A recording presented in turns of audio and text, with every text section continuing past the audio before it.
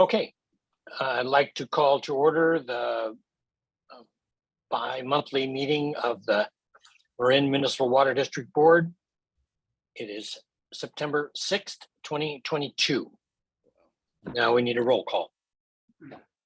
Director Kohler. Oh, you're on mute, ma'am. Oh, sorry. Here. Vice President Schmidt. Here. Director Bragman. Here. And President Russell. Here. Okay, I need a motion to adopt the agenda. So moved. Second. Roll call, please. There, you need to ask for a comment. Oh, any comments on the agenda? No, there are none. Director Kohler. Aye. Vice President Schmidt. Aye. Director Bragman. Aye. And President Russell. Aye. Thank you. Okay, public comment on items not on the agenda. There are none. Okay, thank you. Directors and general managers announcement. Larry? Nothing tonight, thanks. Monty? Nothing, just trying to stay cool, like hopefully everybody else is. Cynthia? I'll just share that I'm back east and it's pouring, so I'm very sorry I can't provide any of that to you. Mhm. If you hear the occasional thunder, that's why. Okay. Jack's not here, so I have none. And how about you, Ben? None this evening, President Russell. I would like a Okay. little rain Director Kohler has in your vicinity, but yeah. Just remember, when it rains, it pours. That's true. Okay, I need a motion to approve the consent calendar. So moved. Second. Any comments on the consent calendar? Terry? Oh, no, there are no public comments. I apologize. I thought you meant the board. No, the board will, they'll speak up. You don't need to worry about that. Okay, yeah, there are no public comments.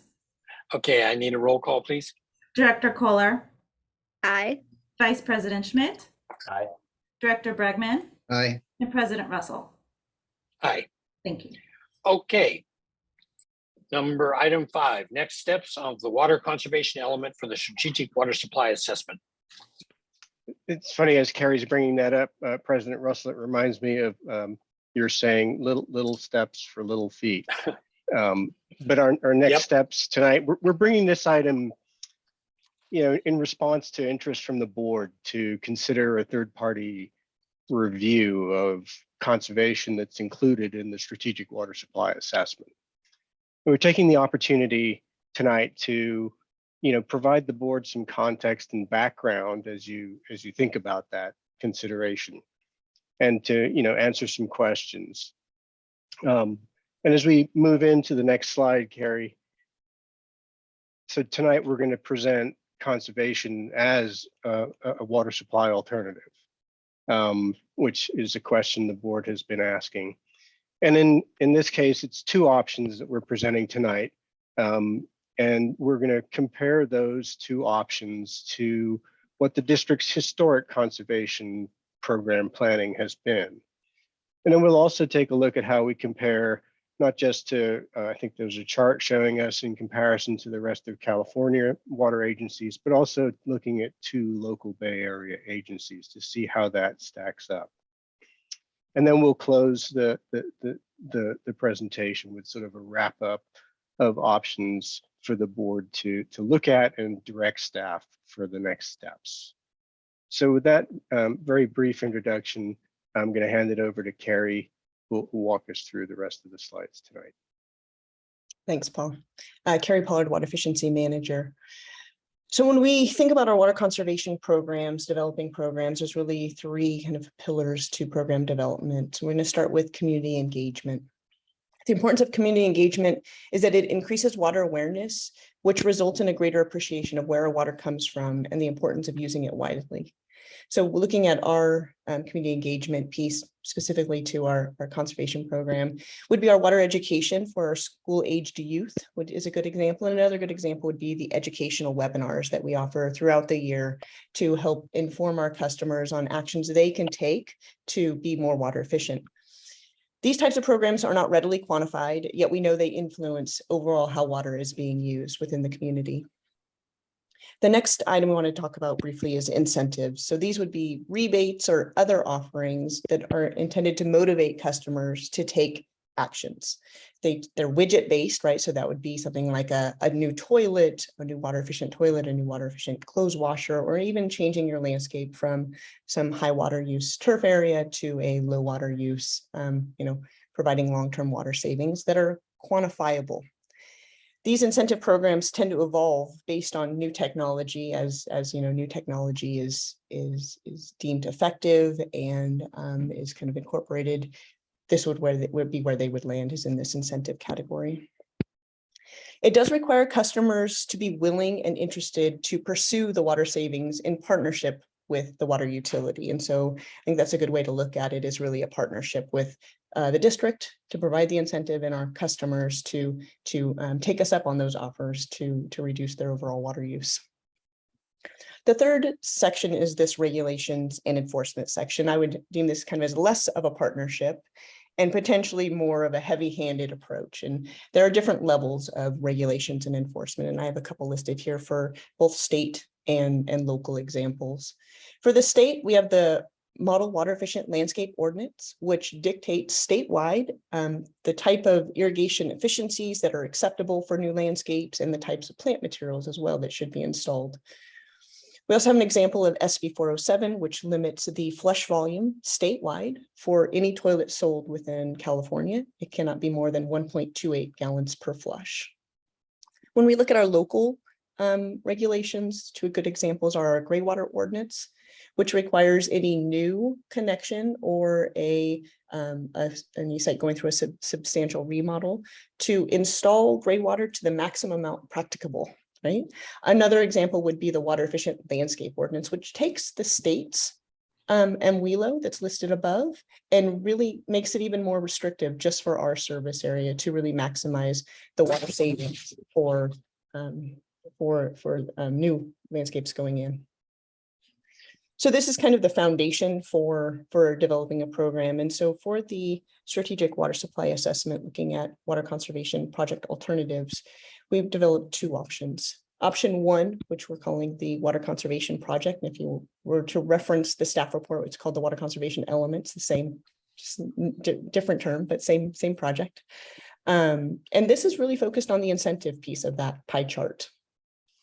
And then we can look at option two, which is a regulatory driven project, which builds on the water savings that are within option one. So we're assuming regardless of which option, there would be that level of incentive offerings, but then proposing achieving additional water savings through a more regulatory program. And so I wanted to provide a bit more detail on each of these in the subsequent slides here. So looking at option one, the water conservation project, this is a summary slide, and we'll get into a bit of the details in a moment. We're projecting in 2045, which is the planning horizon for the strategic water supply assessment, to have demands be set at about 27,400 acre feet. This is a 15% reduction in projected demands.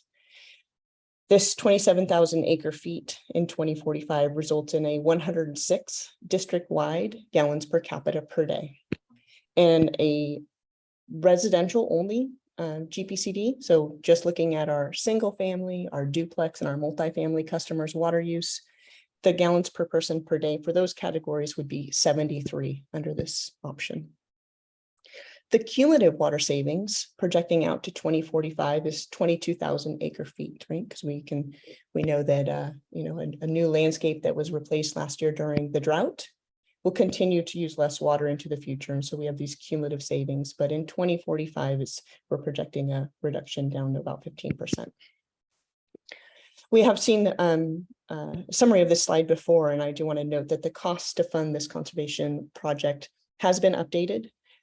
during the last review cycle, we did find that the staff time was being double counted. And so the cost per acre foot, the district cost per acre foot was a bit higher. And so that has been adjusted down to about $1,700 per acre foot.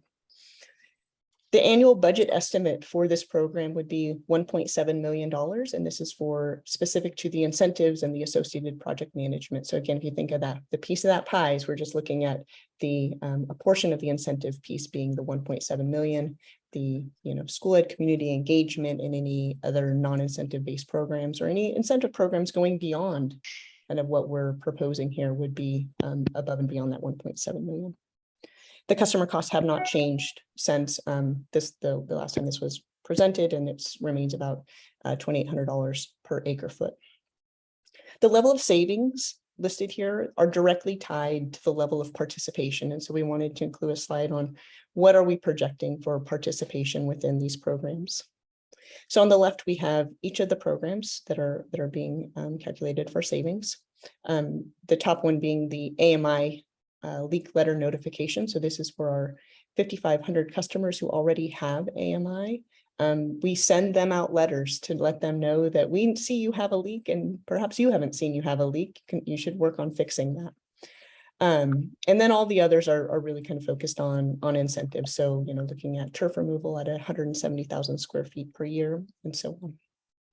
So the center column is the Water Conservation Project annual participation. So this is the level of participation that we're estimating that we feel confident that can be achieved each year moving forward.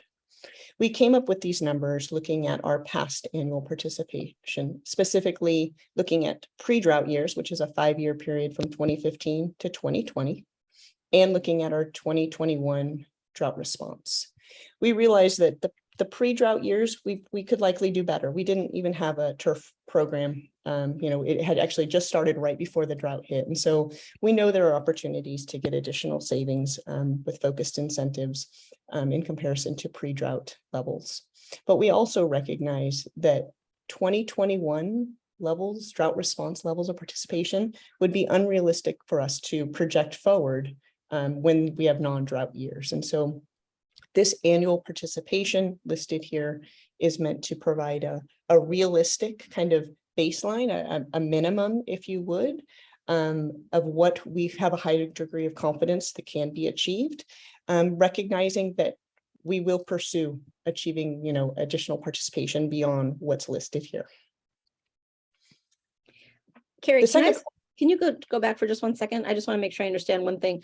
So is option 1 assuming the current status quo for AMI? Because I thought part of what we were looking at going forward was, district-wide AMI. So can you just clarify what we're looking at here? Yeah, so we assumed for the AMI leak letter notifications that there would be an increase in leak letters as AMI implementation rolls out. So, we have to get more AMI meters in so that we can, continue to provide these notifications to a higher number of customers. So we've projected that out to start in about year 8, recognizing that we think that by year 8, hopefully we will have AMI deployment kind of moving along, and we'll be able to increase those AMI leak letter notifications. Let me just make sure I understand. By what's happening by is year 8 when you think we will have district-wide AMI, or because here you're just talking about the letter notifications. I'm just trying to get to, because the letter notifications are one thing, but if people have AMI, right, presumably they have the ability to. The letters are great. Don't get me, good on the letters, but I'm just saying if you've got AMI, right, like my little phone. Just to tell tales on myself, my little phone was telling me I had a leak and I just wasn't dealing with it. So it was great to get the letter. I appreciate the letter, but other people are going to be more responsive and look at their, look at their apps more regularly. So I'm just confused. I'm confused about what is behind, what assumptions do you, I'm just looking for some transparency on the AMI rollout. So what we found, and it's actually included, I believe, in the AMI implementation plan, is that many water utilities have a very low uptake, and it's not until a customer is told they have a leak that they start to engage with the platform. So it's really that first leak notification that kind of gets them aware of what the technology even provides. And so we want to be able to recognize that that's, quite a bit of staff time and going through and tracking those. So we definitely wanted to count for that increase as AMI implementation is increased. But what are you assuming? Is year 8 when you think we'll have district-wide AMI? We have a slow escalation. We start with 1,250 for, I believe, the first 4 years, and then we start increasing as AMI implementation will roll out. So we're projecting by year 8 that we should, and that will adjust, right, depending on where AMI, the timing of AMI would Thanks. adjust that savings. Carrie, Okay, sorry, does the district get leak notifications from Flume? we do. And do they specify the location of the leak? No. Has anybody looked into whether Flume is capable of, amending the app so that the leak notifications would give us location, anything like that? I hate to admit this publicly. I have a leak and my Flume tells me I have a leak and I can't find it. So unfortunately, No, I just mean I understand that. The technology is only so good, right? Yeah. So unfortunately, it does not know. Although I've never had, things like toilet leaks, they do have a very kind of specific signature, the length of time they run and how often they run. So it may have that technology. It'd be something I could look into with Flume to follow up on. I need to just clarify what my question was, Yep. which was not specific to where it is in the property, but just identifying the property. Oh, yes, we have that information. Yeah, we do have. Okay, so wouldn't it be possible for us to be kicking out Flume leak letters? So because of the Flume platform, leak letters aren't necessary. The Flume leak notification is automatic. It's not an opt-in, opt-out like our AMI leak letters. And because our customers have signed up for this, they've downloaded the app, they're a bit more engaged with it than we found that most folks are with an AMI that's installed by a water utility. Okay, but we do have the list. We do have the list. And we do track them. And when they're significant, we do reach out and follow up with the customers to make sure they know they have a leak and we see they have a leak as well. So the Flume does have the capability of giving us the data to send out leak notification letters as is. Yes. Okay, thank you very much. And that's not included in our 1250, which it could be. Yeah, okay. Carrie, since you're taking questions, I'll just try to sneak mine in to keep hopefully not push you too off track. You have an option when you had a customer cost of like $28.83 per acre foot.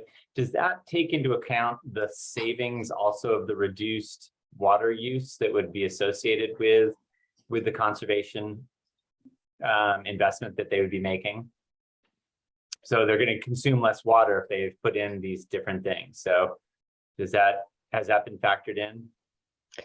Yeah, so the savings that are being projected are recognized that it's an investment from the district and it's the same investment from and an additional investment from the customer to achieve the same water savings. Maybe Paul can jump in and help clarify my point or the question. But well, maybe sorry if it might be the heat because it's definitely hot. So the cost to the customer is $2,883 per acre foot, but they will also consume less water. So that is it would still be at that rate. I think the customer cost is really just there as sort of informational. Okay.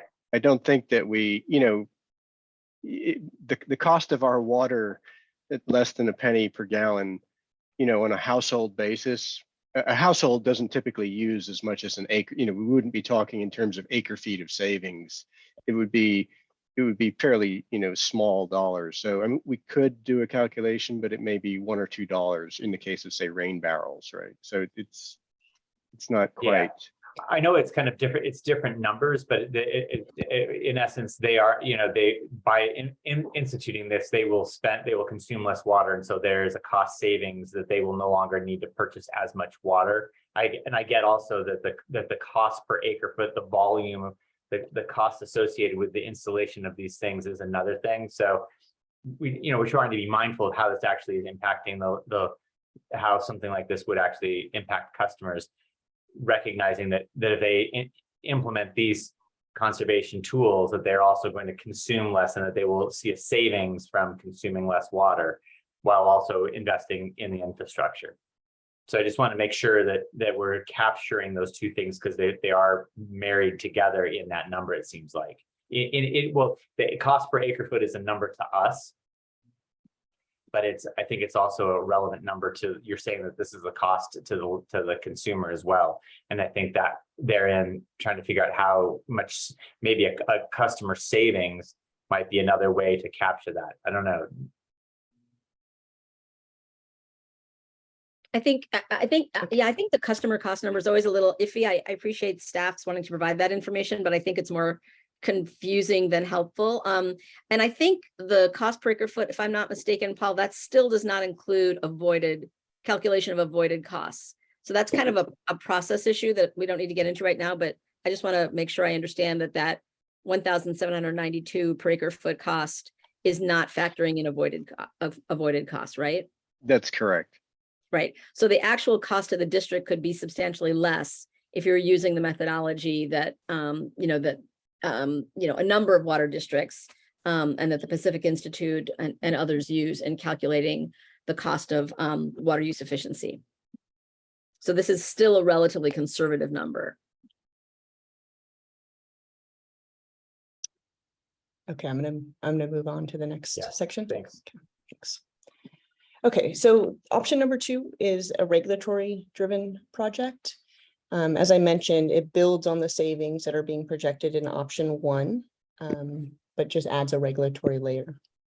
The additional savings that would result from the adoption of strict landscaping codes and associated enforcements would result in a 2045 demands of about 25,800 acre feet. And the GPCD for district-wide is projected to be 100. And for residential only customers, the residential GPCD would drop to 69. The cost to fund this the regulatory driven project is estimated to be about $4,000 per acre foot. The additional costs associated here it's primarily staff time. It's the staff time to develop, implement, and then also enforce this, strong regulatory driven project. And there would be an additional cost to the customer as well, recognizing that if it is a mandate, it's unlikely that an incentive could be provided to help make that change, right? And so additional costs would fall on the customer as well. In reviewing what types of regulatory changes would need to be implemented, we had Peter Mayer of Water DM speak to the board on August 2nd. And Peter reviewed some of the regulations and enforcement that would be necessary to achieve that level of savings, was specifically around water budgets and penalties for exceeding those budgets. And then the kind of a heavy lift would be as part of an expansion of our water efficient landscape ordinance regulations, really focusing in on turf installations. This would include limiting turf for all new developments and remodels.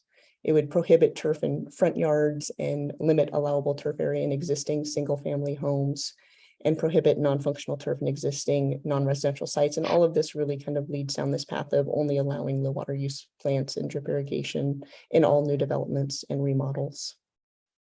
There would be an opportunity to look at fixture standards and kind of reducing, the fixture standards that are currently listed in our code to make them maximize the efficiency there. And all of this would likely be teed up as part of a retrofit on resale or a change of customer inspection program to ensure compliance and to really ensure that the projected level of savings that would be that are developed for this regulatory driven project could be achieved. Peter spoke to the community impact of pursuing deeper demands, and particularly to landscapes and the non-residential sector. Carrie, So- before you run, can you, because that's a pretty big bump in the per acre foot cost. And since this is not about incentives, this is just purely staff time. So how many staff are we talking about in this It's, range? you think? yeah, it is all the incentives as well.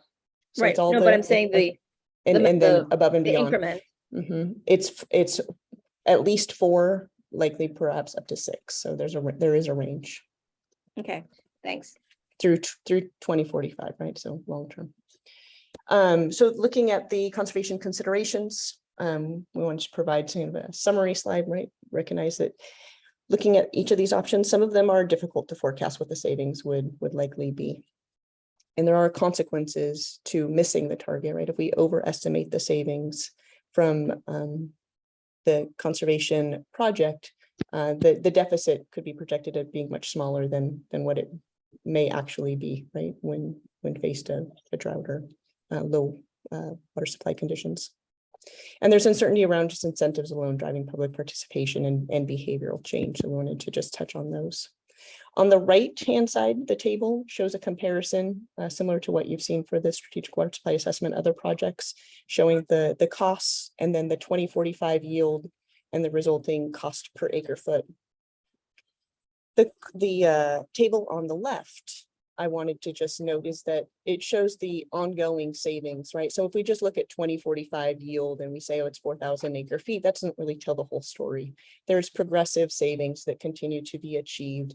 And that's why we wanted to include the 2030, 2045 yield, as well as the cumulative for the lifetime of the projects. In going through this project, we wanted to look at our historic water conservation program planning efforts, look at trends from these past efforts. Every 5 years, as part of the urban water management plan process, there's a demand analysis that is completed that evaluates our conservation programs and projected savings, both historic and future. And in 2007, 2009, and 2015, Madaus Water Management conducted those program evaluations. Most recently, for the 2020 Urban Water Management Plan, we used the Alliance for Water Efficiency's program evaluation, which is their conservation tracking tool. The Alliance for Water Efficiency is a national organization that supports water utilities in implementing conservation programs and really focuses on metrics to calculate savings and benefit to implementing these types of programs. And so we used this process for 2020 and then also used it for this update to the water conservation project scenario.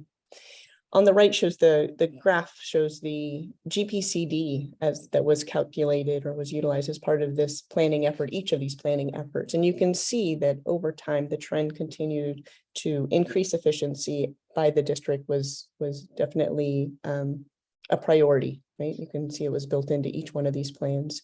And this 2022 water conservation project continues to really drive demands down, increase efficiency throughout the community while balancing the overall impact of those efficiencies. Want to show a comparison, kind of how does what we're proposing and where we currently are compared to the rest of the state. So this is every water utility in the state of California. You can't quite see all 400, but they are there. And it's data that's from the 2007, 8, and 19 consumption data. It's an average consumption based on annual reported by each of the water utilities. So in 2024, in 2020, we used our urban water management plan as the baseline for the strategic water supply assessment process. And so in 2020, our GPCD was 124. And it's not quite middle of the road here, right? We have some water utilities that are up in the 300, 250, 300 range. So 124 is still, fairly efficient, but there's definitely opportunities for us to do more. And that is what we're showing here is the 106, which is our projected forecast of 2045 with implementation of that option 1 project. As a comparison, in 2021 during the drought, we were at 100 gallons per person per day. So definitely it's a fairly significant dip from 124 down to 100. And we do recognize, as we've seen in past droughts, there will likely be some rebound. And this project we've developed here is really attempting to minimize the impacts of that rebound as we move forward. Do you have an estimate, Carrie, of what, and I mean, I'm not asking you to you don't have a crystal ball, but I mean, there's a lot of data about the drought rebound So, just, would you be willing to ballpark it and say where you think we're likely to, I mean, do you think, let me put it this way, do you think we're likely to bounce back to 124? I mean, I've heard staff at other meetings, basically say, demand has basically been flat. We always come back to this, 124, 125 level. My own guess is that there'd be more of a drought shadow than that, but what do you have a sense of that? Paul and I talked about this today, that we've seen within all the past droughts, we do see a rebound, and it never quite rebounds back to the same level that it was before. So we would see some reduction, some slight reduction. And to what extent is, as you mentioned, it would be a crystal ball. It's an unknown. Do you have So an that was idea, or have you looked, Carrie, at what the state is going to end up at 2045? I have If you not. You mean in assume, terms I think of- that would be, well, Larry, what do you mean number in there terms of might- legislative, just to be clear Yes. for everybody, do you mean in terms of legislation? No, I mean in terms of the number they may pick or recommend. Is it, they've been cranking down the number, the Well, GPCD. okay. So That I'm is- just that is curious legislation. Okay. if we've Yeah. looked at the trend to see where that leads us to in 2045. I believe the latest legislation draft that's on the governor's desk brought it down to, Cynthia, do you remember what is 2030 or in I was 20? going to say 2030, but I don't want to be wrong about that, but it's Right. something in that There range. is new legislation that hasn't been signed yet that we can look Right. into. It is less than what we're showing for our GPCD, but keep in mind ours is indoor and outdoor, and the state Right. regulation is only for indoor. Right, and that's really confusing for folks, because Yeah. I think Mhm. right now I think indoor right now is 50, which most people think is pretty high. So I think they're planning on bringing indoor down well below 40. Yes. You're talking about the state. Yes. Thanks. So in reviewing, we wanted to provide a review of some of the water efficient goals. This was a question that had come up at a prior board meeting of kind of how do our goals compare to others. So we were able to find two local organizations, agencies that have recently updated their conservation or water efficiency planning documents. East Bay Mud is projecting between 2020 and 2045 an 8% reduction in demands, and Alameda County Water District is projecting a 13% reduction, and we're right in there with 15% reduction for this water conservation project, which is the option 1 that's included here. So in And can you summary, clarify, when you say a 15% reduction, that is from the 2020 baseline of 124? Is that correct? correct. Okay. The option 1 water conservation project is projecting a 15% reduction in demands by the year 2045. These savings have been incorporated into the staged water supply assessment, recognizing that this is the level of participation based on the level of participation that district feels that we have a high level of confidence in. Additional water savings beyond these projections will continue to be pursued as we move forward. And as discussed, further savings could be achieved through a more stringent landscape policy regulations with a focused enforcement. So my final slide would be just a review of the alternative next steps. There are 3 that I'll walk you through briefly here.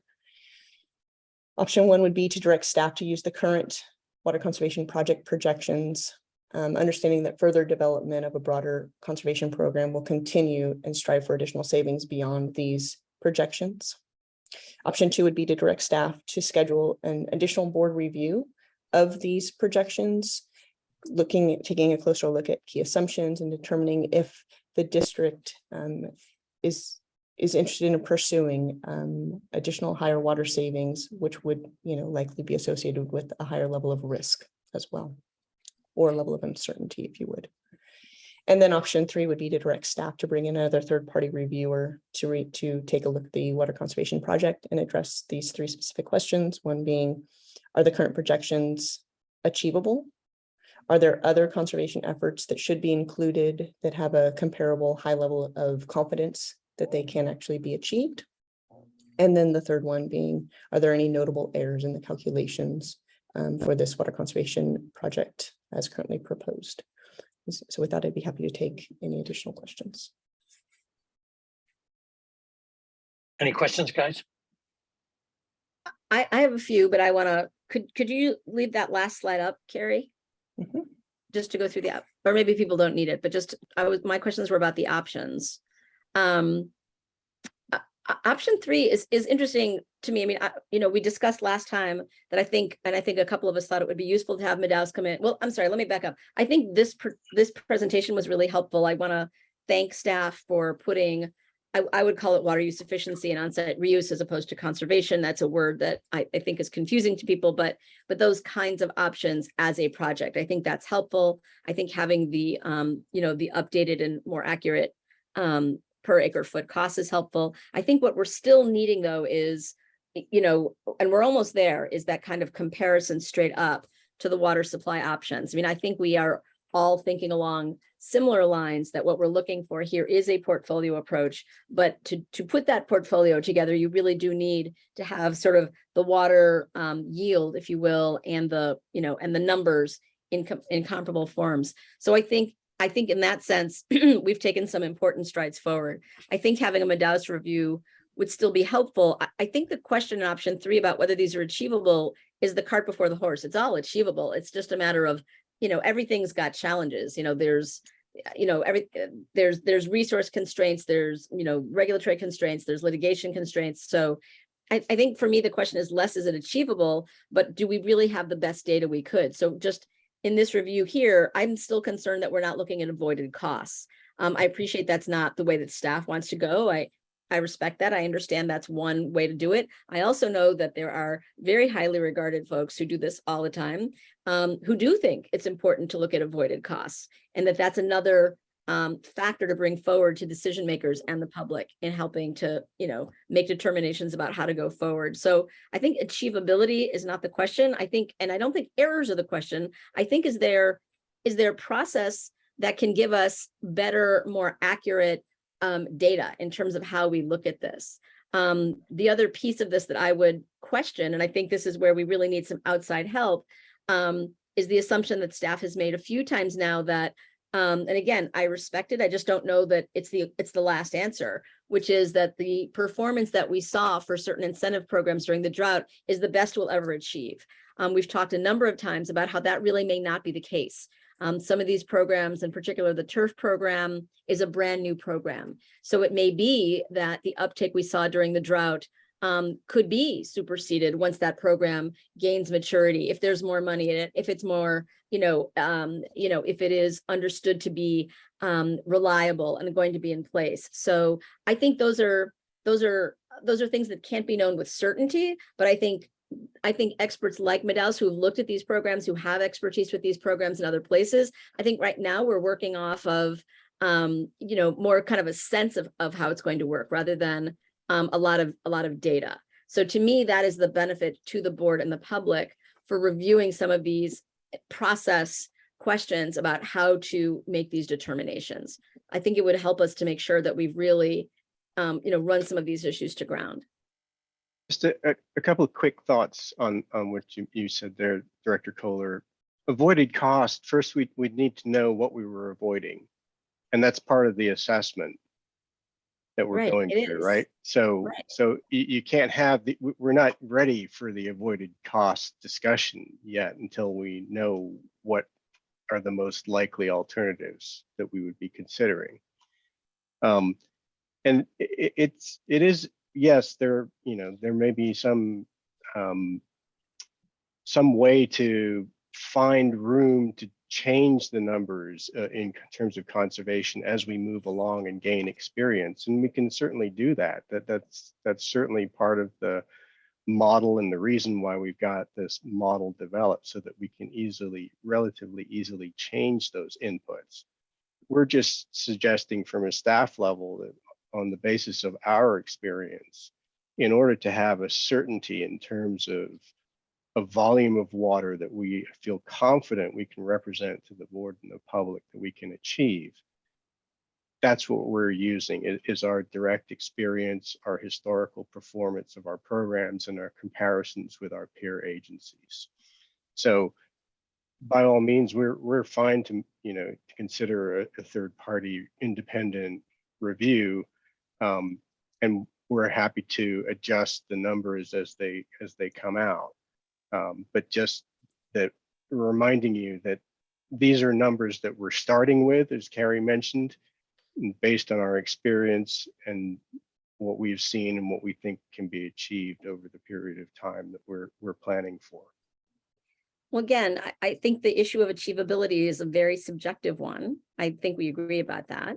And it's a bit of a black box about what is being assumed about how much we'll spend. I mean, that's the advantage of having somebody like Medaus that really is the gold standard to bring in another perspective. I mean, I don't want to really, I'm not in any way second guessing staff's expertise and experience. I'm just saying there's additional expertise and experience that's more directly on point and that is broader and that has another way of regarding these. I'm second to none in my admiration for the Alliance for Water Efficiency tool, but it's a tool, it's a spreadsheet. It's not a set of consultants that have, decades of experience and bring a level of perspective to bear. It's not, I mean, I think we agree about, I'm assuming we agree about that. Those are not the same. It's not the same analysis.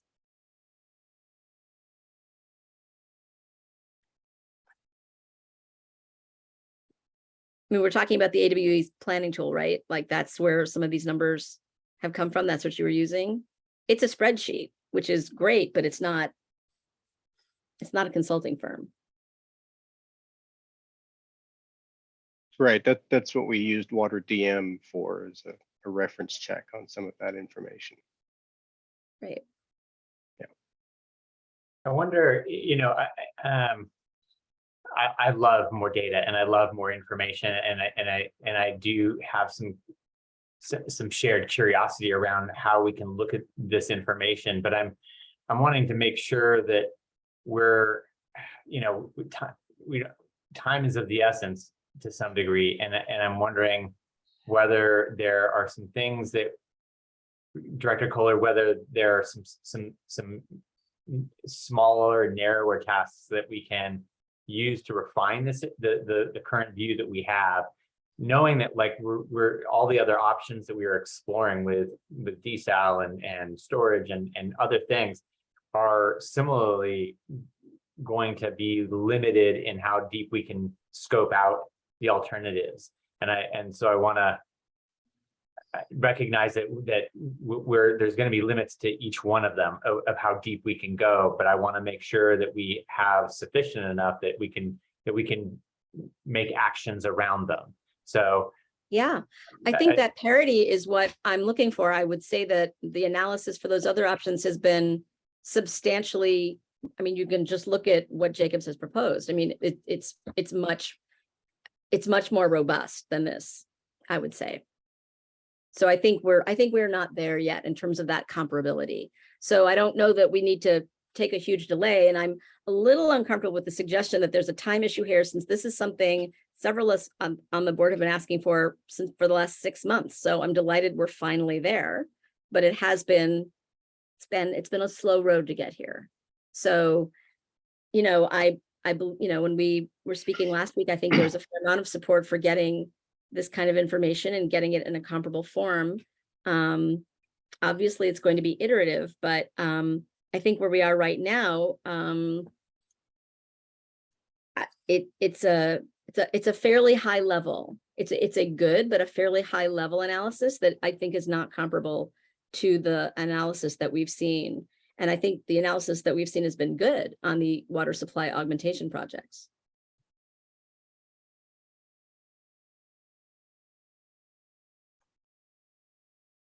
Okay.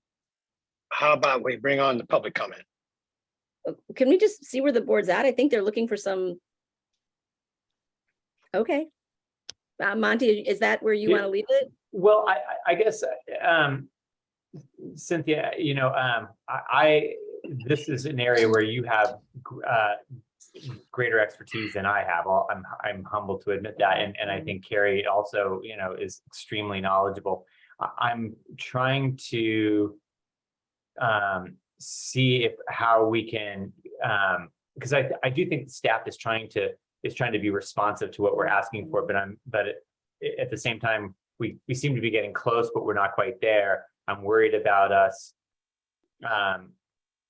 how to close the gap on what is the information that we would like, and that in particular that you're pointing to, so that we can get that information and keep it in the process and make it timely with all the other things that we're doing. So I'm not sure how to get that clarity so that we can know what we're going to do next and complete that task. I don't think this is that big. I don't think it's that big a deal. I mean, there's a lot of work that's been done. Well, I don't know. I don't want to. I mean, guys, we can leave it here, but I'd like to say Well, something. Go ahead, Larry. Okay. I mean, I think if we could get some additional information and update from Medallis, it would be very helpful. Okay. I don't think we can afford to pause what we're doing on our strategic water supply assessment in order to do that. I don't think anybody's suggesting that. I didn't say they were. Okay. Okay. So point taken. But I think we can do all of the above. I mean, I don't think conservation versus regulation is an either or thing. We've already started regulating with turf in commercial areas, you know, and I think the board should continue moving forward with that. I mean, I don't think we should make draconian regulations that are gonna, you know, not be accepted, because that is ineffective regulation. But I don't think there's anything stopping us from taking some pretty strong regulatory steps in due course when, you know, as we go through the process, maybe turf in commercial properties, maybe turf regulation on new construction or on major remodels. Those are things that are already within our grasp that we can do. And there's really no reason why, in my opinion, that should be looked upon as a totally distinct approach to take. I think we can be doing both. Like I said, I think we need to move forward with our, you know, water supply augmentation study, which is, as far as I'm concerned, has a long way to go, or a good way to go. We haven't done a cost analysis, which goes to Cynthia's point, I think. Additional information on updating the Medallis study, I think would be helpful. I think it would be helpful if staff could bring back a number from Medallis to see what that would cost to update. But again, I mean, I don't think we should get sidetracked at this point, because the numbers I'm seeing on the increase in water savings, they're significant. I don't really know if it's going to impact any type of capital project approach that's going to be analyzed by Jacobs. So that's what I think for now. I do think it would be helpful to have an updated study from Medallis. Information is power. We've got to make sure we're covering all our bases. And this is going to be an ongoing process that's kind of built into our operations from here on out. So why not?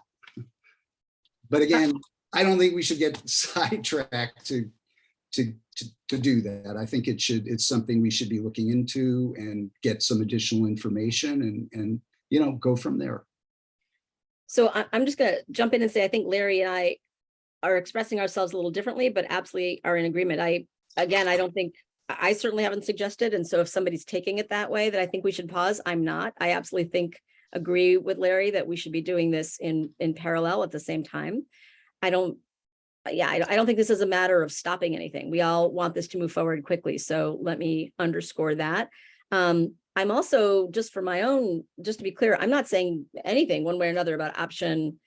Well, not these options. These are different. Sorry, about the two options that Carrie outlined, which the incentive-based versus the regulatory. My inclination would be to ask Medallis to focus primarily on the incentive side. I mean, it might be interesting to spend a small amount of time on the regulatory side, and I appreciate staff bringing it forward. It's a it's an obvious alternative, but I don't think that's going to be our best path forward.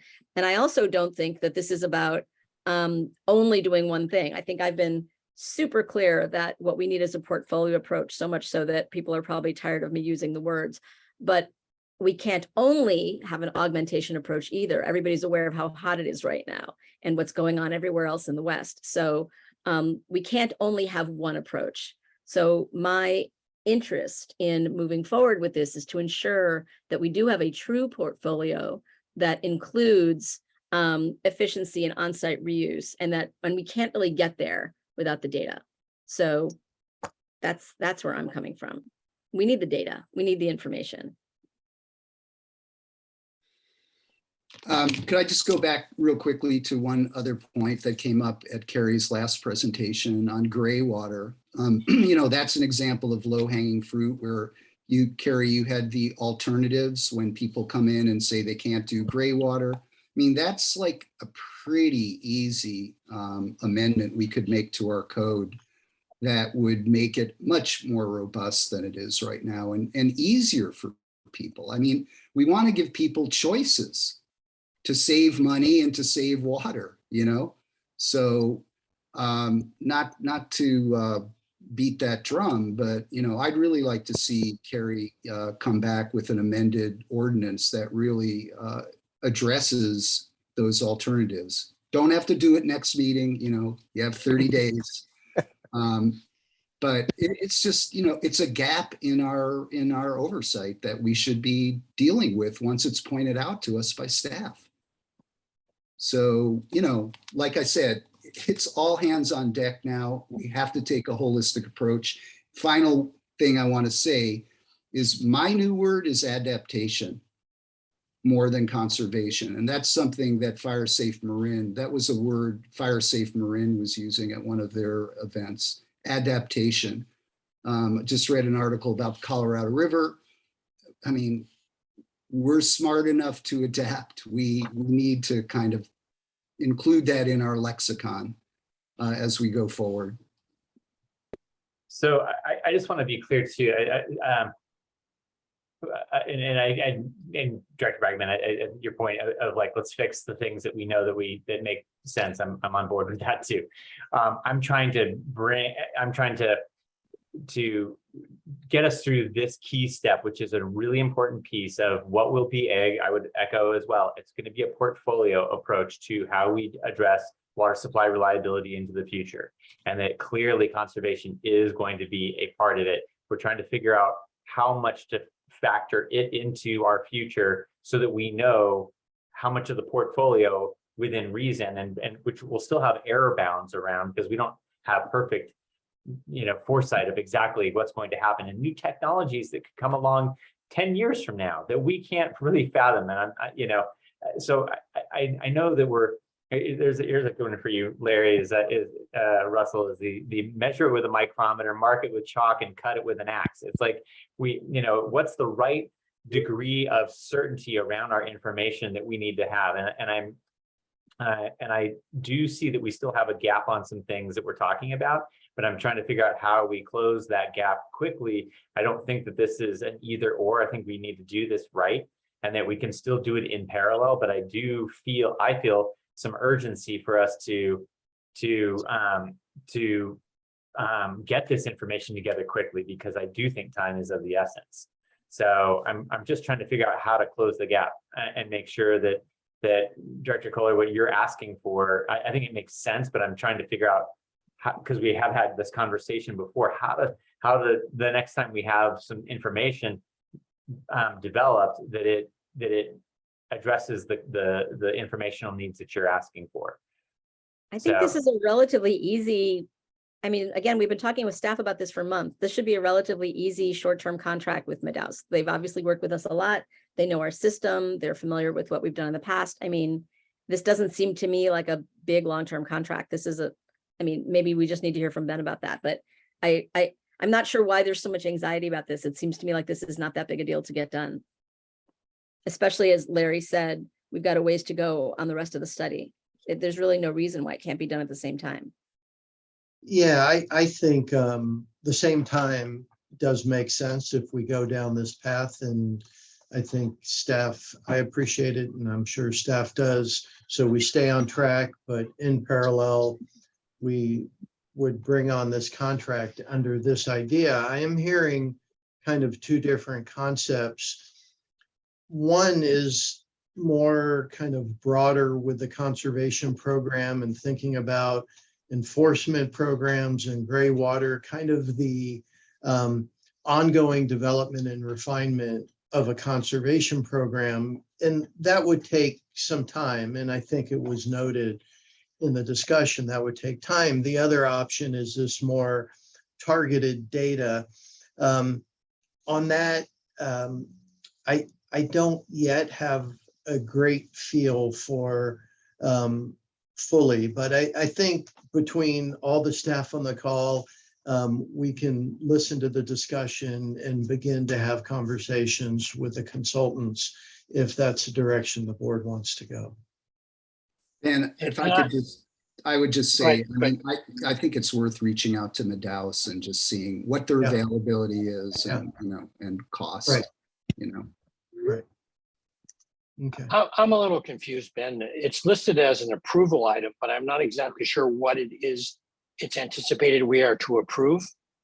Yeah, well, we listed as approval to make it very clear that staff would be getting direction from the board. So we're really looking for you to direct staff for one of the three options.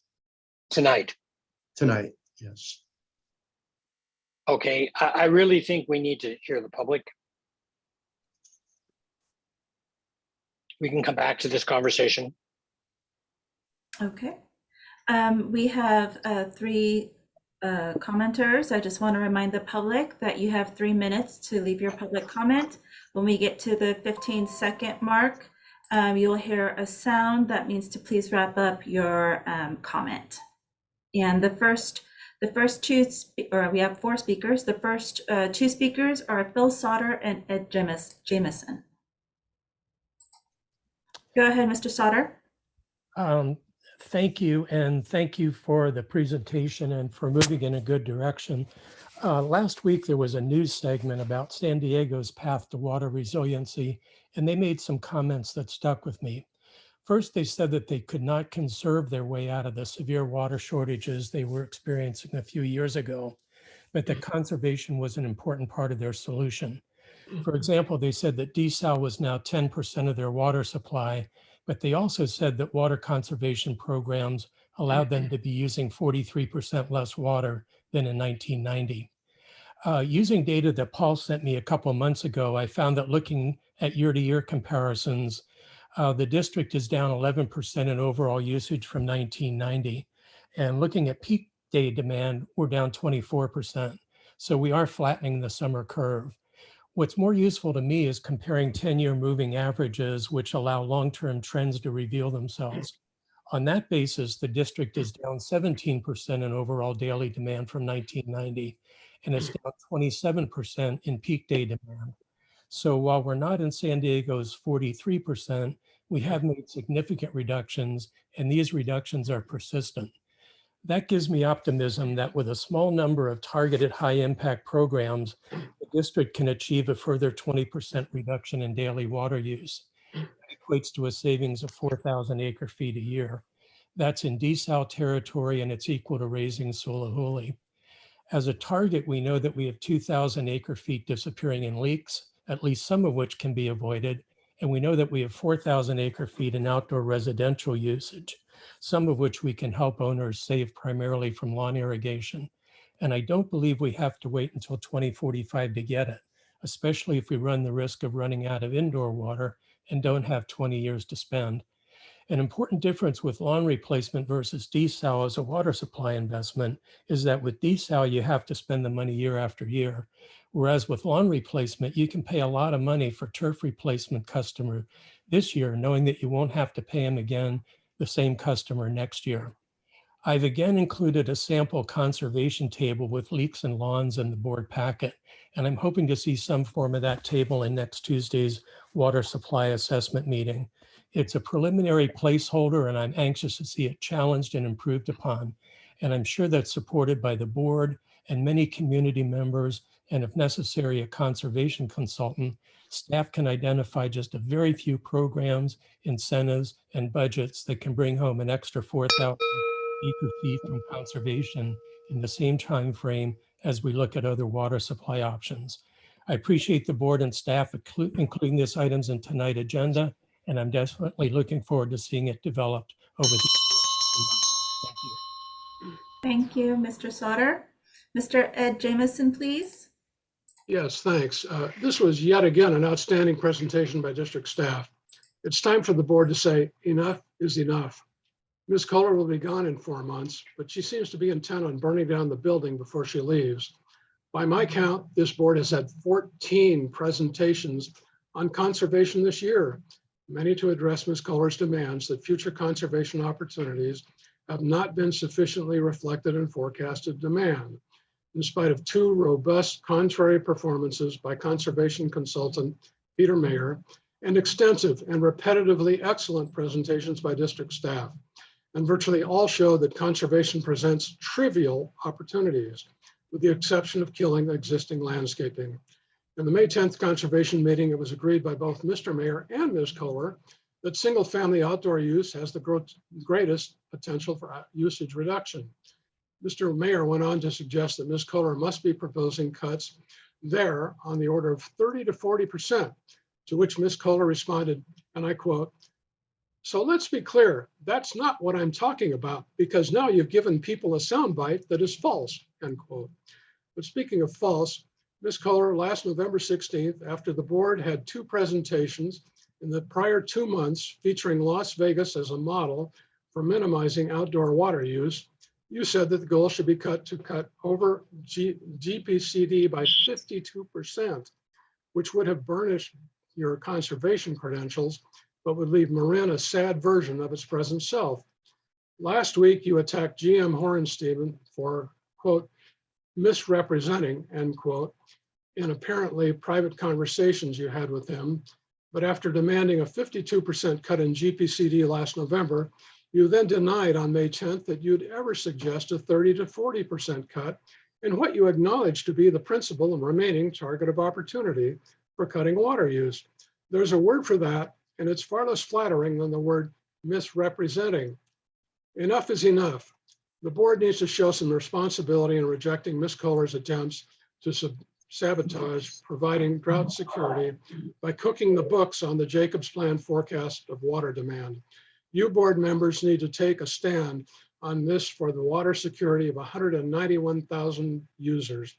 And the district needs to quit having to waste ratepayers' money on countering Ms. Kohler's demands. The loudest, longest, most argumentative voice in the room needs to quit calling the shots for this board. And Ms. Kohler, pie in the sky assumptions about potential conservation savings are absolutely not achievable. Thank you. Thank you, Mr. Thank you, Mr. Jamison. We have 2 more speakers, Mr. Roger Roberts and Jennifer O'Mara. Mr. Roger Roberts, please. Terry, can I just step in for a second? Sure. I would just like to ask that, that Mr. Jamison, like, I understand that you have strong opinions about what we ought to be doing. And I appreciate that you're taking the time to tune in, as you often do, to these meetings. I would really like to ask for a level of civility about talking to the board of directors. I do not believe that Director Kohler is cooking the books or otherwise acting in any way that is about her own personal interests or trying to deceive people. And I think accusing people of that is not the spirit of this board and how we as a board are trying to do business in front of people. And I think that it's not constructive. I think actually focusing on your suggestions and your thoughts and your ideas as you might see them fit for the board to consider and for the public to consider is great. And I hope that you can focus on that. But I would like to ask to consider a modicum of civility about how we agree or disagree with each other during these meetings. Second that. Thank you, Monty. The next three speakers, Mr. Roger Roberts, Jennifer O'Mara, and I'm assuming it's Larry Minikes with Marin Conservation League. So Mr. Roger Roberts, please. Can you hear me? Yes. I second the motion for getting an update from Madeus. I think that would be very productive and useful, and I would hope you would proceed with that. And I have a question for Madeus as part of their response, and that is there a connection between drought and drought conditions, continued drought conditions, and people's willingness to uptake, if you will, conservation measures? If there is, then drought is our friend. Thank you. Thank you. Ms. O'Mara, please. Hi, can you hear me? Yes. Okay, thank you. First of all, thank you, Director Smith. I appreciate your comments on civility. Just from a listener.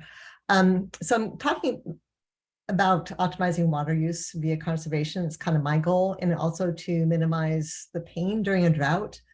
And I apologize not this criticism, but it seems like we're doing the same drill with a hyper focus on single family residents and specifically our landscaping. And these are important, but it's kind of a small piece of the pie, or a piece of the pie, but you won't get to optimization without including everybody and everybody on the same team also. The instruments on your next presentation about water restrictions and how many days a week and all that stuff, these are blunt instruments. And blunt instruments, they really are inefficient and they cause unnecessary pain. And they kind of are inequitable, and depending on who wants to participate, and they again won't get to an optimized solution. And just kind of looking at some numbers, we had a target, Marin, of 40% savings. And doing the numbers, if residents had delivered 40% savings, which I do believe they did, that only delivers a 23 reduction in savings overall for the whole district. So if you want to get to 40% savings for Marin water, you would actually had residents reduce their water use by 70% if you were just going to focus on Marin residents. That's just, and there's been so much focus on that to the exclusion of others. It just is inefficient.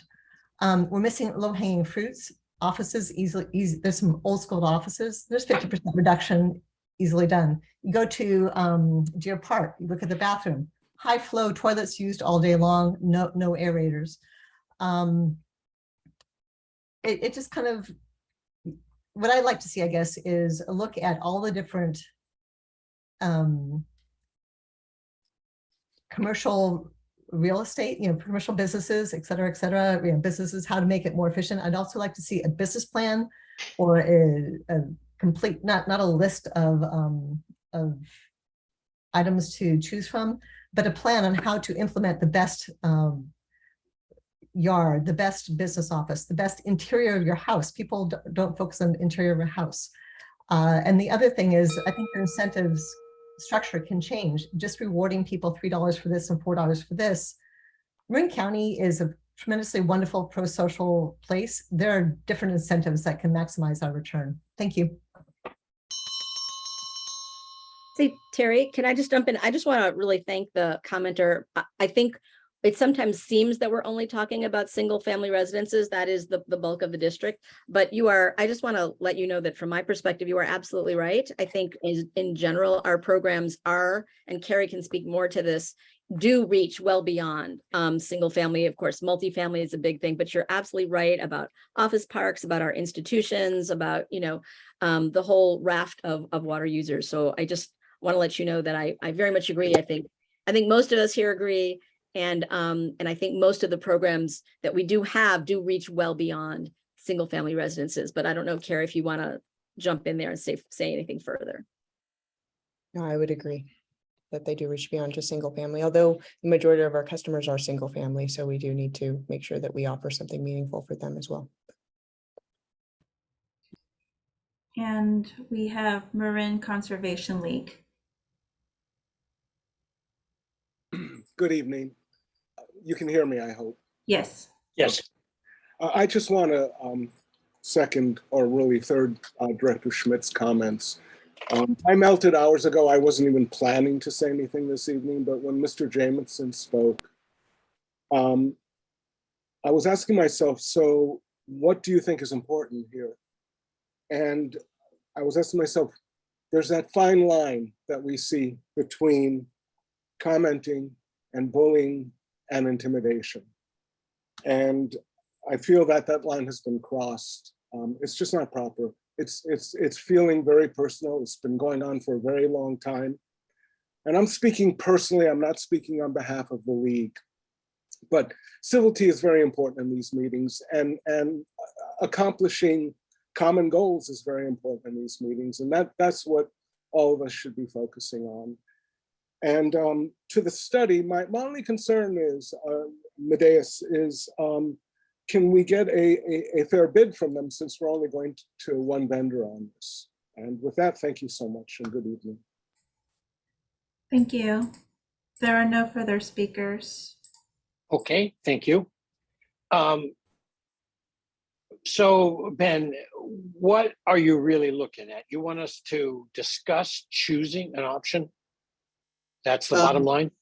Well, yeah, I mean, essentially, does the board want us to proceed with this third-party review, understanding that it'll be, I think, I mean, again, the direction came from two places, and I think Director Bragman was looking more for a broader review that would take longer. So I do think staff needs clarity on what we're being asked. If it's a narrow data gathering to answer questions in context of the water supply assessment, we could do that. If it's a broader look at expansion of our program, including regulations and enforcement, and what that could mean in terms of savings. For us, it's all as it relates to the water supply assessment, because it's a given we're going to be developing the program broadly outside of that. So what staff's really looking for is a path to get to what conservation numbers should we modify demand by.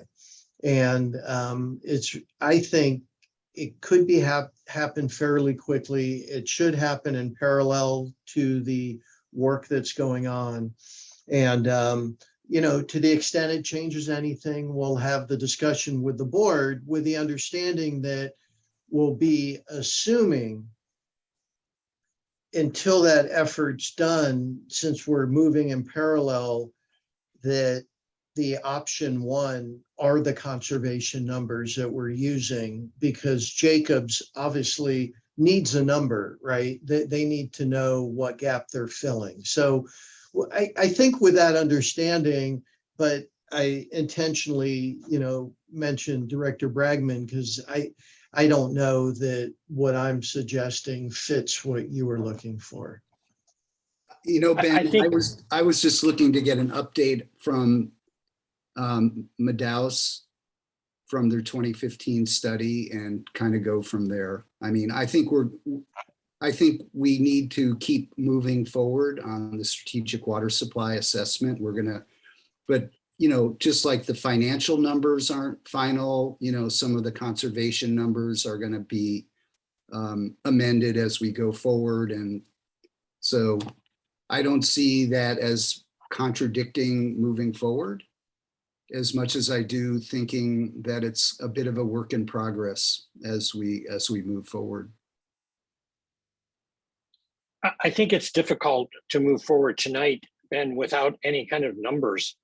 I don't know if we're talking 5,000 or 25,000 or 250,000. Well, No, we did. can I just jump in for a minute? I mean, we're not, I mean, we really cannot have any more delay, Larry. We've already delayed this months. And I think what Ben is looking for tonight is not approval of a contract because we don't have a contract. What we're looking for is board direction. At least I'm hearing three that want us to move in this direction, which is to put that contract together with Madaus, to put, to reach out to them, to do a short-term review of, the relationship between investment and the level of water savings reasonably possible, specifically for the purpose of folding into the water supply assessment. I think we are in a position to give staff that direction tonight. And I think if we don't, it's not going to happen. There's no reason. We've been trying to agendize this now for over a month, and we've been talking about it since March. So I would be very uncomfortable with delaying this any further. Obviously, if we're going to actually move forward with Madaus, then Ben's got to come back with a contract. But I mean, we have to give him direction tonight to go do that. On that point, I was imagining that it would be under my signature authority. Great. So Then if we can do yeah, that, well, great. I'm just looking for direction to proceed with the contract along the lines that we've talked about. It seems to me that you've got that. Is there any objection to doing that? No, I mean, that's, in a nutshell, that's what I agree with, that we should try to get some additional information from Madaus. Again, not stopping what we're doing with Jacobs, but just to supplement the information we have. Okay. Agreed. I think I'm envisioning this too as a very simple, short contract that just reviews the relationship between the investment levels and the levels of likely water savings. And if that, and if you can look into that, and if it's within your signature authority, and it's and it can be done in time so that it's not holding anything up, but we can use the information in a timely way. Let's get this done and keep moving. Okay, I think I have direction here. Thank you. Okay, are we ready to move on? I think so. Yeah. Okay. Item 6. Okay, that is my item, and I'm going to share my screen. Let's see, let's get this up. Okay. Good evening, Board of Directors. Lucy Croy, Water Quality Manager, and I'm going to be presenting a review of the water shortage contingency plan. So tonight we'll start first with a quick overview of the July 15th discussion that was given at the Operations Committee meeting on the first part of the water shortage contingency plan, focusing on the action levels, the triggers. Then we'll take a look at those triggers that we've proposed and how they tie to the shortage response actions, and then next steps. So starting first, before I get into the details, the water shortage contingency plan is developed to provide guidance and can serve as a roadmap when responding to a drought. And this is done primarily by laying out specific reservoir levels or thresholds. In our case, we find that reservoir levels are the most helpful. And setting these thresholds ahead of time to prompt progressive actions to move through progressive actions in drought response and to preserve water supply. At the July 15th meeting, we had an initial discussion to review the existing drought triggers that have been in place for the last 20 years or so, and the opportunities that we see to revise those based on the drought that we've had over the last 2 years or so and the experience that we've seen. So the additional lessons from that 2-year drought emergency. And tonight I'm going to go through also how those are then tied to how the drought actions are tied to the trigger levels. So starting first with a baseline of what are our typical operations under a normal water supply condition. And starting here, typically because drought response actions are layered on top of normal year operations. And so it's good to know, what is our starting point? So each year our operations are based looking forward. We try to front load our Sonoma water supplemental supply during the first few months of the fiscal year. So starting July through December. And that's primarily using the upgraded Castania pump station capacity. We also balance supply from our local reservoirs. And all of this is continually monitored and then also reported out to the board through our water supply updates that are given either every 2 weeks or every month or so. When it comes to outreach, we provide water efficient and conservation focused campaigns to our customers. There's a number of conservation rebates and incentive programs that Carrie has spoken to.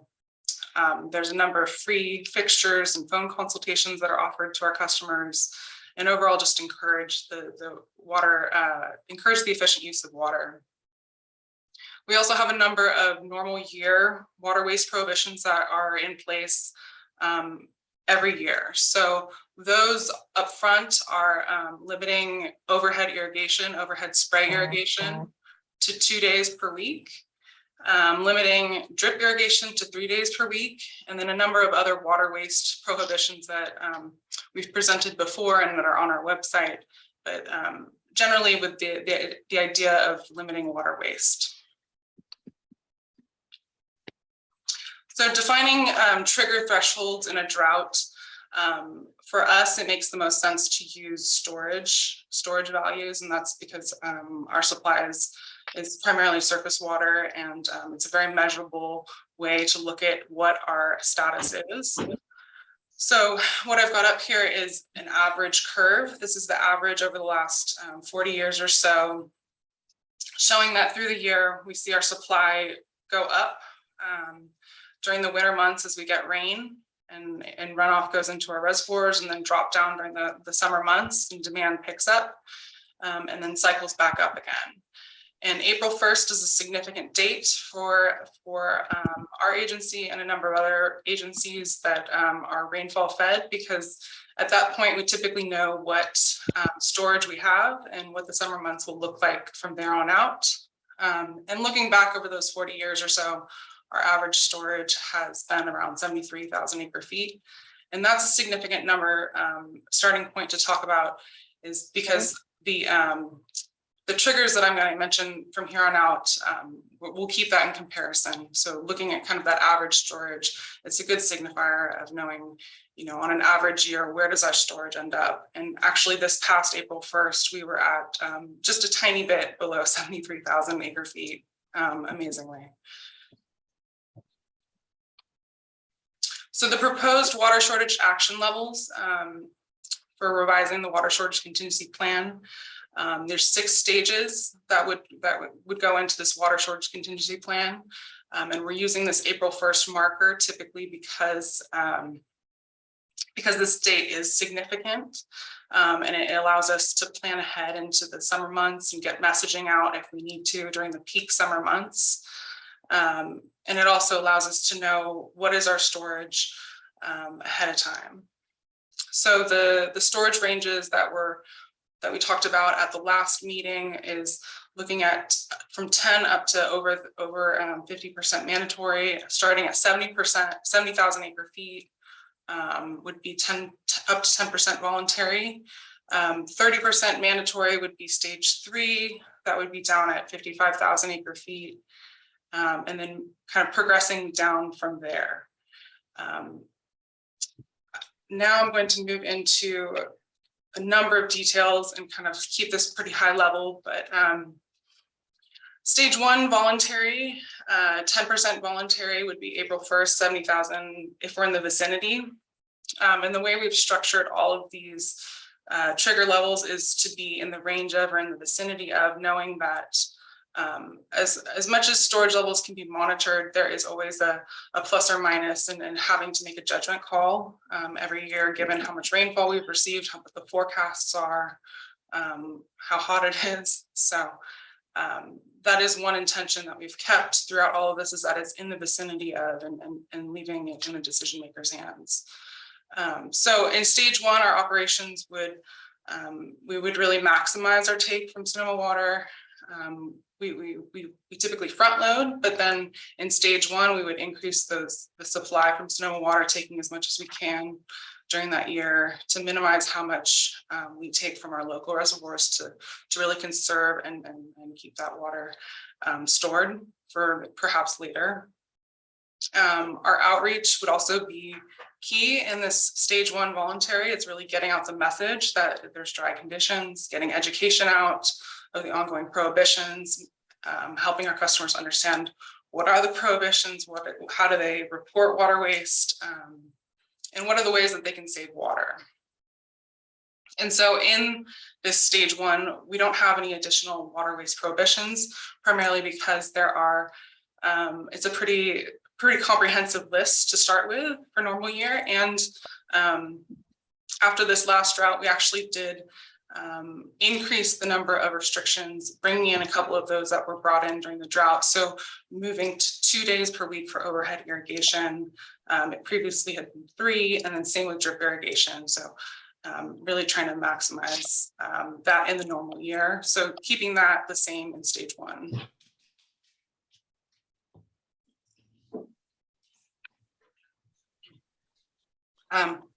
In stage 2, voluntary, 20% voluntary, the water waste prohibitions would stay the same as well. So as far as outreach goes, it continues to really get the message out. Also continue to talk to our customers about what are the future stages that we could end up in. So really getting the message out about drought. And then operationally, it's really about minimizing waste internally as well. So minimizing system flushing unless it's operationally necessary, and then initiating water waste patrols. So having staff patrol the area and make sure that there's really water waste prohibitions are being followed throughout the community and the message is getting out. In stage 3, this is where we'd actually move into mandatory restrictions. So this is 30% mandatory. The water waste prohibitions from stage 2 are still all in effect, but this on top of that would be restricting washing of vehicles with potable water, as well as refilling decorative fountains. Operationally, we would continue to do everything that we've done in the previous stages, but add to it accessing our stored emergency supply, so Sewell and Phoenix, and still accelerating as much public information and advertising as we can. And then another big one would be the consideration of drought rates, starting with mandatory. So at 30% mandatory, considering, what are the drought rates and enacting those along with this mandatory stage. At stage 4, 40% mandatory. Water waste prohibitions from the previous stages are all still in effect, but we would start limiting irrigation a bit more, so moving down to just 1 day of spray irrigation per week, and then restricting golf course irrigation and a few other items that you can see over here that restrict kind of any waste of water in the community, similar to what we had in place over this last summer during the drought. And then operationally, this is the stage or the phase that we would submit an application for a temporary urgency change petition, showing the need for the district to really conserve as much water as possible, and also showing the response from our customers that they're also conserving as much water as possible. And then we'd also be increasing water waste patrols and other kind of operational opportunities that we'd have. Our outreach would also include declaring a water shortage emergency at this stage, and increasing drought rates as well to go along with an increased conservation rate. At stage 5, 50% mandatory. Hard to imagine, but at reservoir storage of less than 35,000 acre feet on April 1st. The water waste prohibitions all from stage 4 are in effect, plus irrigation at this point is really restricted to just maintaining tree health. So no refilling of swimming pools, and we'd be establishing water use limits, so limiting water to tier 1 perhaps, and having penalties associated with water use that's above that limit. The board would also perhaps consider a moratorium on new water services at this level, stage 5. And then operationally, there's the implementation of water use limits and penalties, and making sure that it's followed and that it's effective throughout the community to really conserve water. And then along with outreach, it's getting the word out, continuing to get the word out, and find every avenue that's out there. And drought rates would continue to increase along with this higher stage of restrictions. At stage 6, over 50% mandatory. This is typically a more of an occurrence where there's perhaps like an earthquake or something happens that really significantly takes away our access to our water, not just a drought. And this is where we consider health and safety water allotments go into effect. So a much smaller amount of water is allotted to each customer. We would require implementation on the district side, and no new water service applications would be granted, of course, at this point. And then also increasing drought rates as needed. So taking all of those together and looking at the drought that we've experienced over the last 2.5 years or so, along with some forecasts, I pulled together the storage levels and how these triggers would have been enacted. And where this would start would be first a 10% voluntary that would have started in April 1st, 2020. And this is significant primarily because this is about 10 months earlier than we did enact. We started voluntary conservation in February of 2021. So this, if we had these triggers in place, we perhaps would have started stage 1 and 10% voluntary, getting the message out, talking to people about dry conditions about 10 months earlier than we did last year. And then you can see the stages below that. So 70,000 is just below average, but it's also a very small threshold.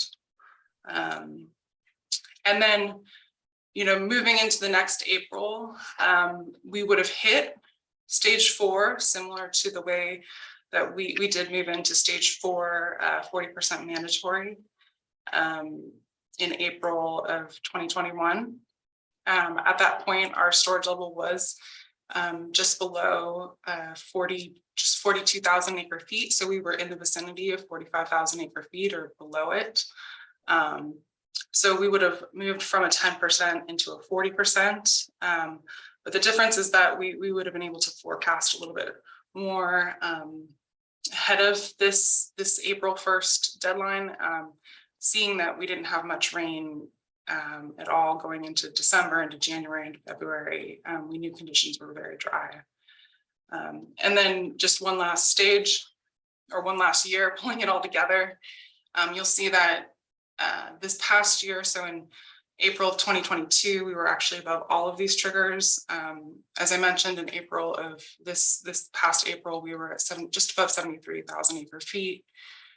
So we were at average, so we'd be above any triggers and not have triggered one of our own water shortage contingency triggers. But because the state is at 20%, we are at 20% and following those guidelines. So this is just a summary, pulling it all together, and some of the highlighted shortest response actions.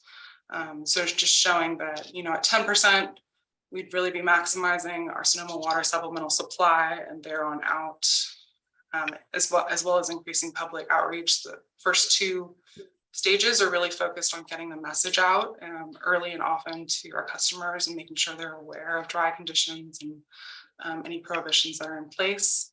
And then at stage 3 mandatory is when drought rate implementation would be considered. Stage 4 would be considering the TUCP application, and stage 5 and 6 would really be moving into allotments.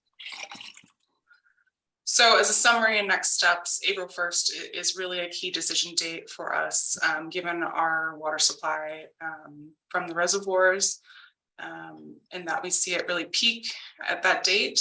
And then it's ahead of summer water usage, which is peak. So it allows us to get the message out ahead of those hot summer months.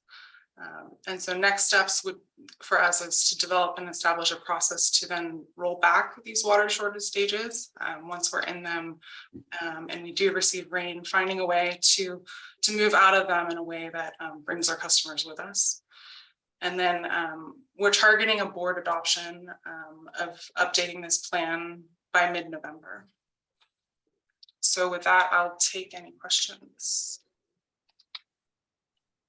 It seems to me, Lucy, that this is kind of looking backwards.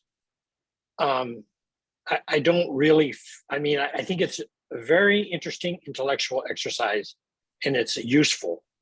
However, it kind of ignores having other inputs of water, like winter water. It doesn't even consider those things. I mean, you talk about maximizing Sonoma County water purchase, but you don't really talk about what that means.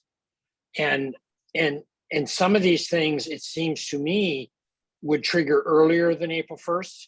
I mean, I understand the logic of the April 1st date and sort of saying, if we're in this situation, this is what we need to do. I got that. But isn't it really better not to get in that situation?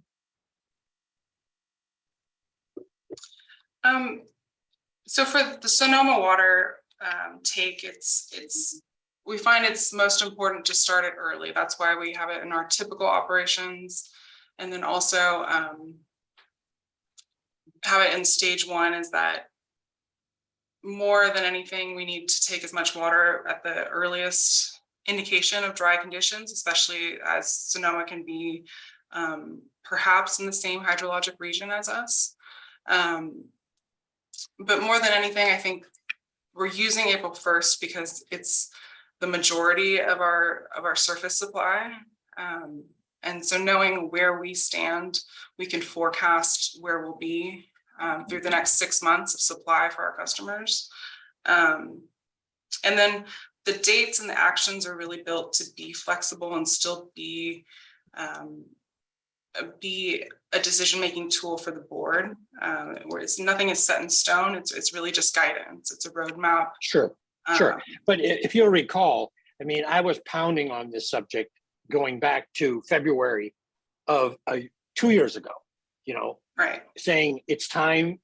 What I foresee is a dry rain cycle coming.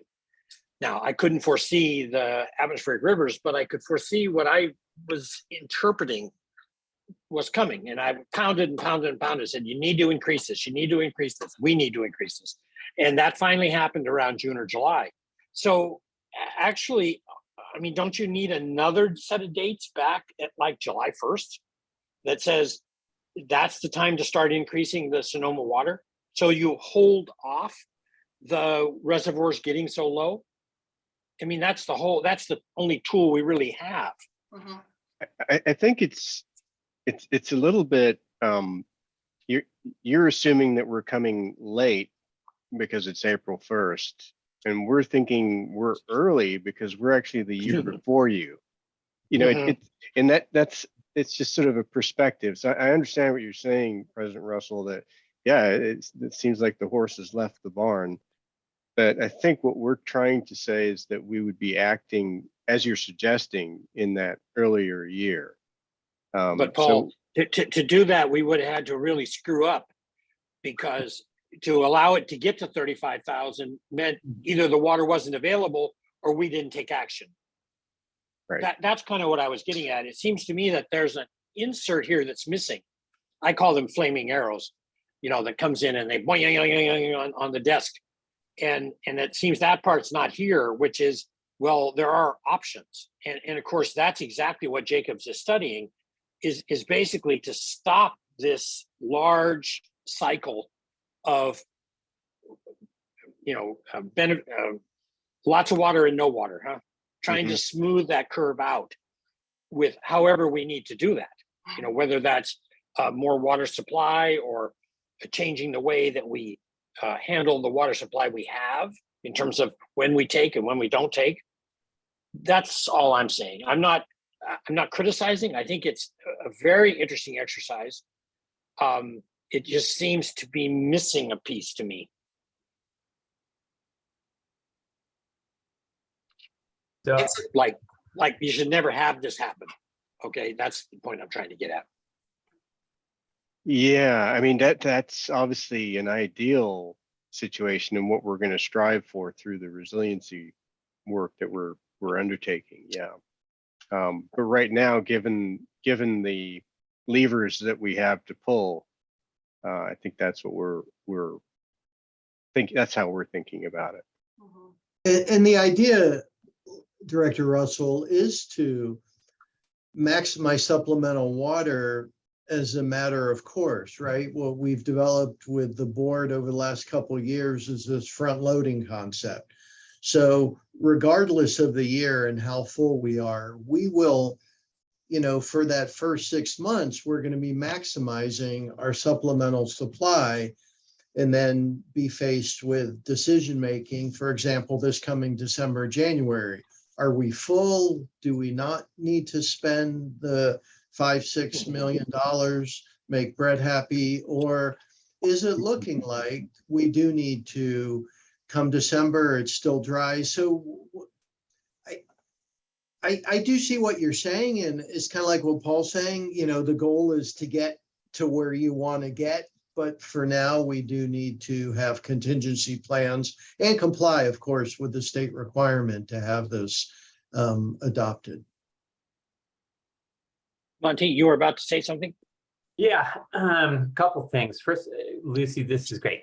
Thank you. We need to do this. This is not easy, but you've given some really good thought to this, and I think it's a great starting point.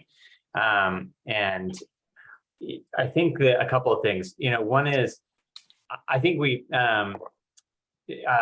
well, first of all, I'm wondering whether with the model that Jacobs has been doing scenario testing, whether we could apply these or other rules to past water years, so we could actually see, like what you just ran this through, showed us as the water level got to these points, we would be enacting these things. But what we don't see is the bend in the curve that happens as a result of implementing those actions. So I think that it would be, whatever scenario we develop here, it would be really great to run it against some historic data, so that we could see how our water supply levels change as a result. That's the first thing. The second thing is that I think that we do need other points in time in the year to make decisions, not just April 1. If it's February 1 and we haven't gotten any rain,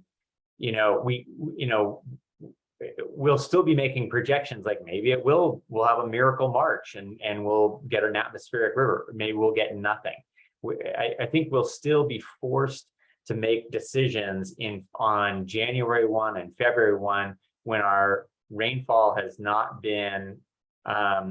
materialized in a significant way up to that point in time, taken into consideration with where we're at with storage at that time. If we have full reservoirs and it's February 1st and rain hasn't manifested, that's a really different scenario than if we're down at 60,000 acre feet and rain hasn't manifested. We're going to need to make decisions, I think, earlier on, and especially I think the actions that we can do to voluntarily request people to cut back water, the more we can do with voluntary requests. We voluntarily asked people to cut back and we got 25%. That's awesome. If we can trigger that sooner and earlier when we are at risk, we can avoid the mandatory levels that do create greater challenges. So I'd like to see if we can think about earlier dates that might even take into consideration preceding conditions. Paul, you did a really great job at highlighting to us that, like, we can get a certain amount of rain, but we're not going to get the same yield off of an inch of rain when we've had preceding dry years, because the soil moisture content is going to be so low. So I think when we think about decision making around this, I do think earlier in the year and considering preceding conditions are going to be really important. But this is great. I appreciate the steps you guys have taken. Just very, very briefly in thinking about that, of course, we'll be talking to the board every month on water supply, and as that's becomes more stressful for the district, that interval of discussion, that frequency increases, right, to every meeting almost. While we're trying to create this plan, we do recognize it's not a plan for all seasons and all conditions. And we've tried to write it in a way that you'll see that the sort of words where it's up to 20% or up to 30%, and storage levels projected to be in the vicinity of. So we're trying to write this to give us some flexibility, the staff and the board, for how we respond to what we anticipate will be, varied and changing conditions. And Paul, just building on that, in your example, Director Schmidt, in say February, in our discussions with staff, we have covered that. Maybe we weren't that clear, or it doesn't work for you. But anyway, in our discussions and putting this together, in February, if we aren't getting rains, we could, and we would have those discussions with the board to project what the coming April would be, and perhaps instituting the 10% in February. So we've tried to capture that level of flexibility in this approach. I appreciate that, and I don't want to dominate the conversation here. I just want to say, though, that part of what I experienced when we ran through this last situation, this last really dry cycle, where we had projections about the future while we're in winter, and it's a crystal ball. We have no idea. I think we have to act like we don't know, and frankly, I would rather see that if it's February 1st, we have to make an assumption. We could even say it right now. We're going to assume a certain percentile of normal. We'll have to make that decision then. I would rather, frankly, err on the side of caution and have some level of basically, where it's not I don't want to say it's arbitrary. We will make our best decisions, but the more that we can just say, look, it is February 1. We've only gotten 20% of our rainfall. Storage is at 60,000 acre feet. That is a trigger to do X. Yeah. I just to jump in quickly, I think Monty's right. I mean, I really want to commend staff. I thought Lucy's presentation was great. And I think the idea of rethinking the triggers is right on, especially in light of what's happening with climate change. But I think Monty's making a strong point about putting these triggers in place even earlier. So final point, I guess, or final comment. I totally support moving the triggers up as you've suggested. We talked about this a long time ago. When I was on Ross Valley Paramedic, the paramedics would say time is tissue.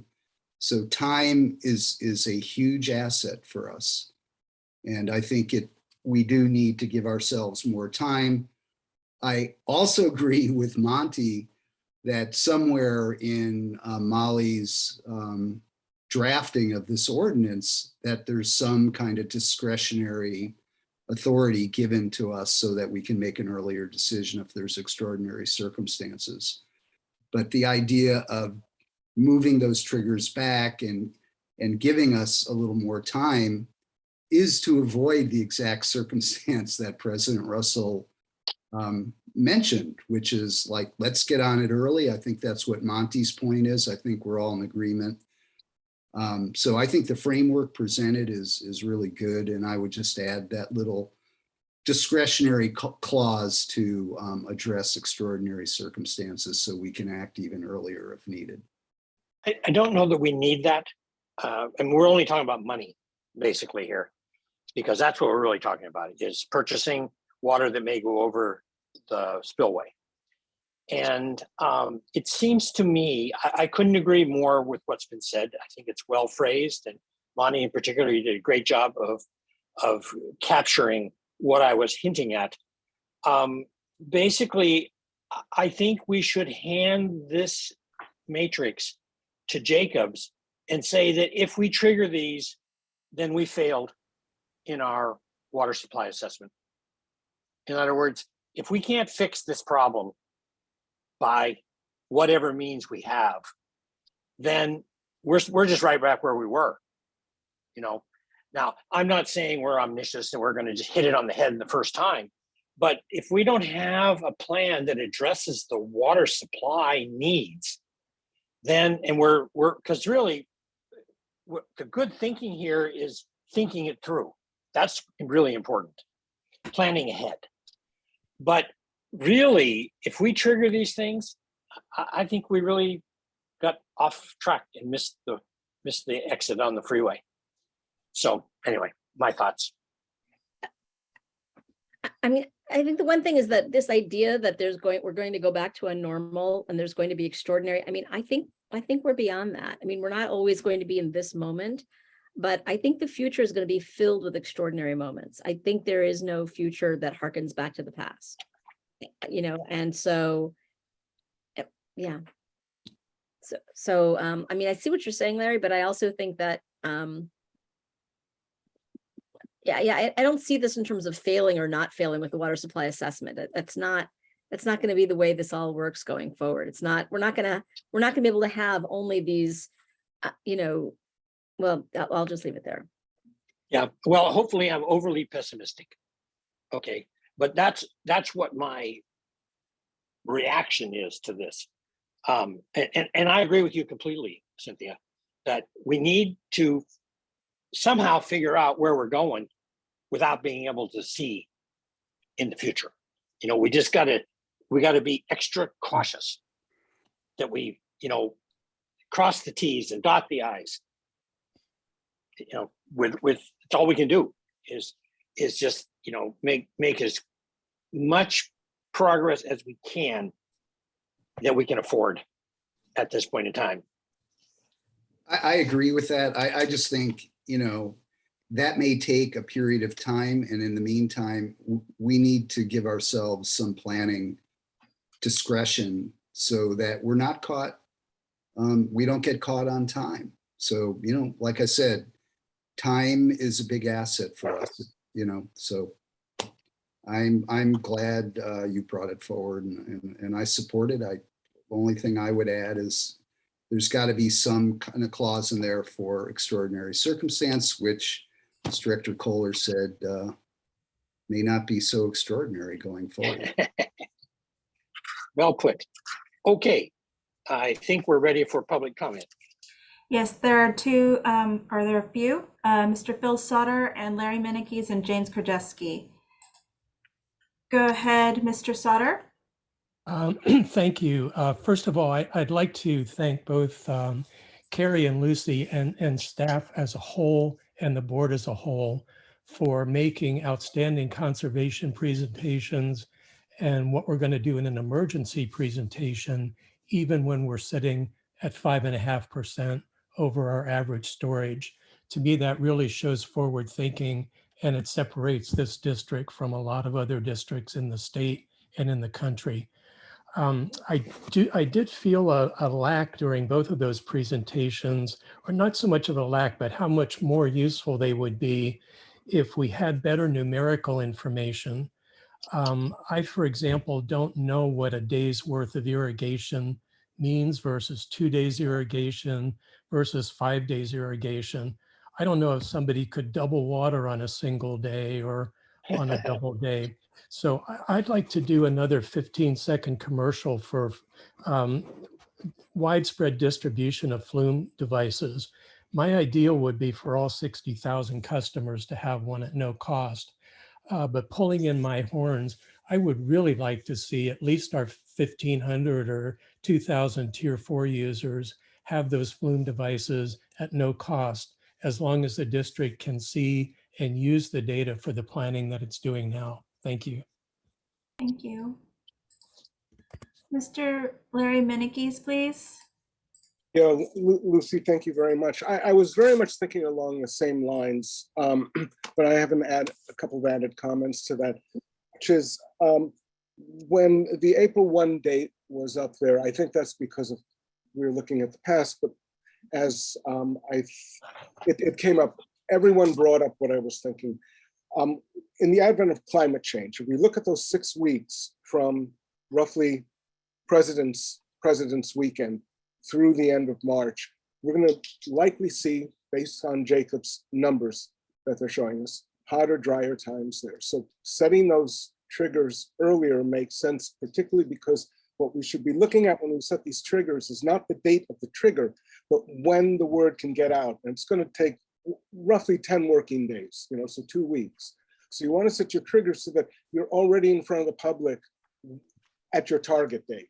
And that's one reason if you're going, it gives you more breathing space so that if we get into a real serious situation, every week is going to help. And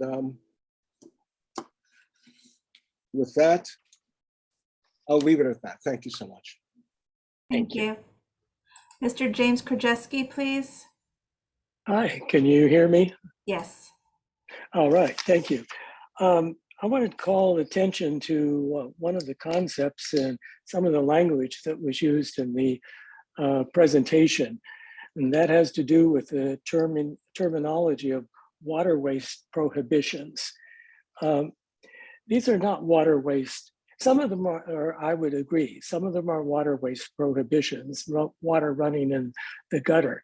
But when you get down to limiting water use to human health and safety, that's not a water waste prohibition.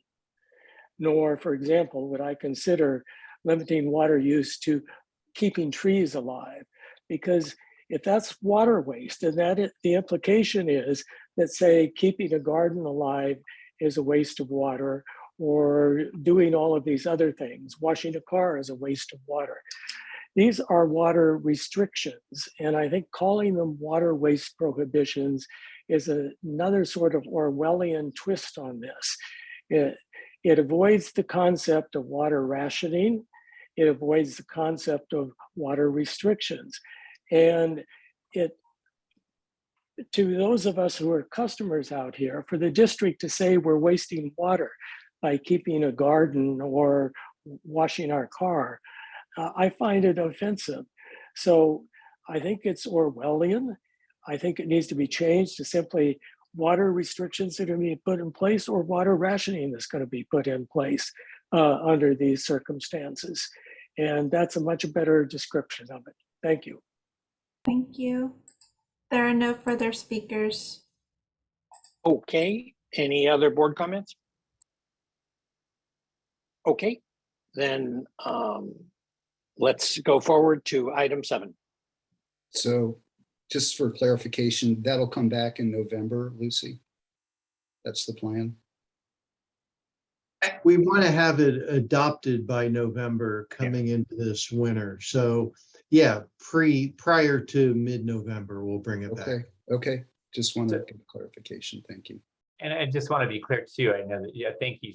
I know you're hearing a lot of comments from the board and from the public, that you'll come back with some ideas about earlier triggers in the year and running this through the different stages through the Jacobs model, so we could see how the model would actually have played out if we had implemented these and or other scenarios. I think that would be really helpful. Just want to make sure that, I know you want to do this quickly. I support that. I just want to make sure we have some clarity about the analyses. We'll see. Yeah, We'll take a look at that, Director Schmidt. Yeah. Thank you. Okay, are we on the next item, President I think Russell? so.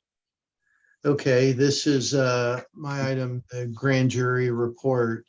In your packet, you have a red line version that came about from the discussion we had when we brought this at a recent board meeting and comments that we received.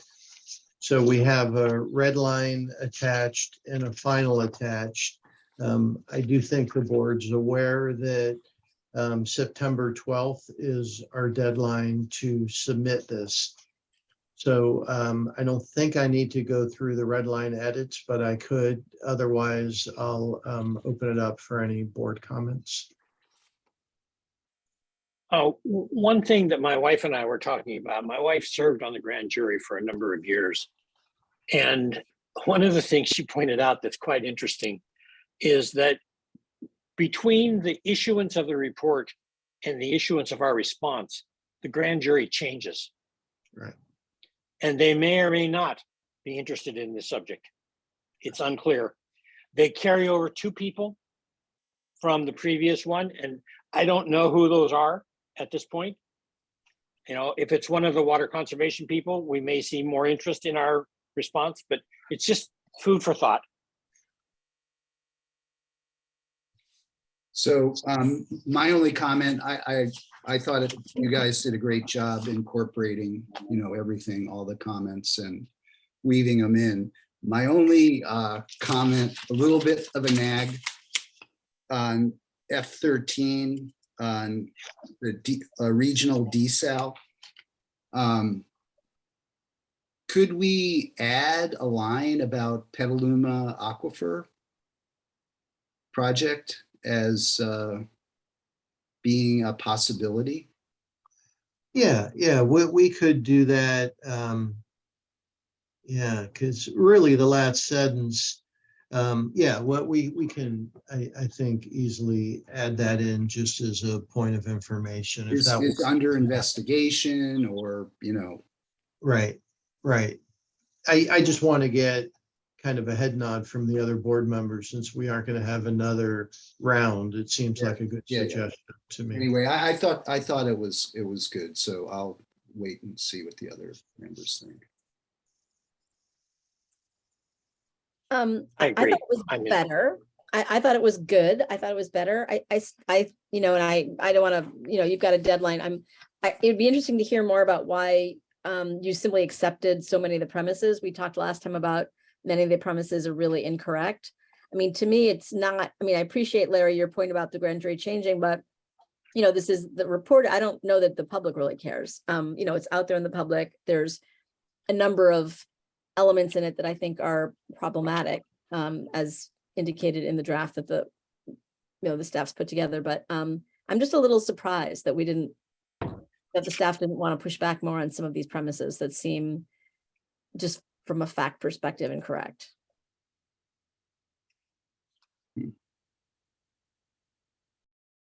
No thoughts on that, Molly? Well, I will say, Director Kohler, that we did do our best job to try to balance the comments that we received. So we incorporated those where we thought appropriate.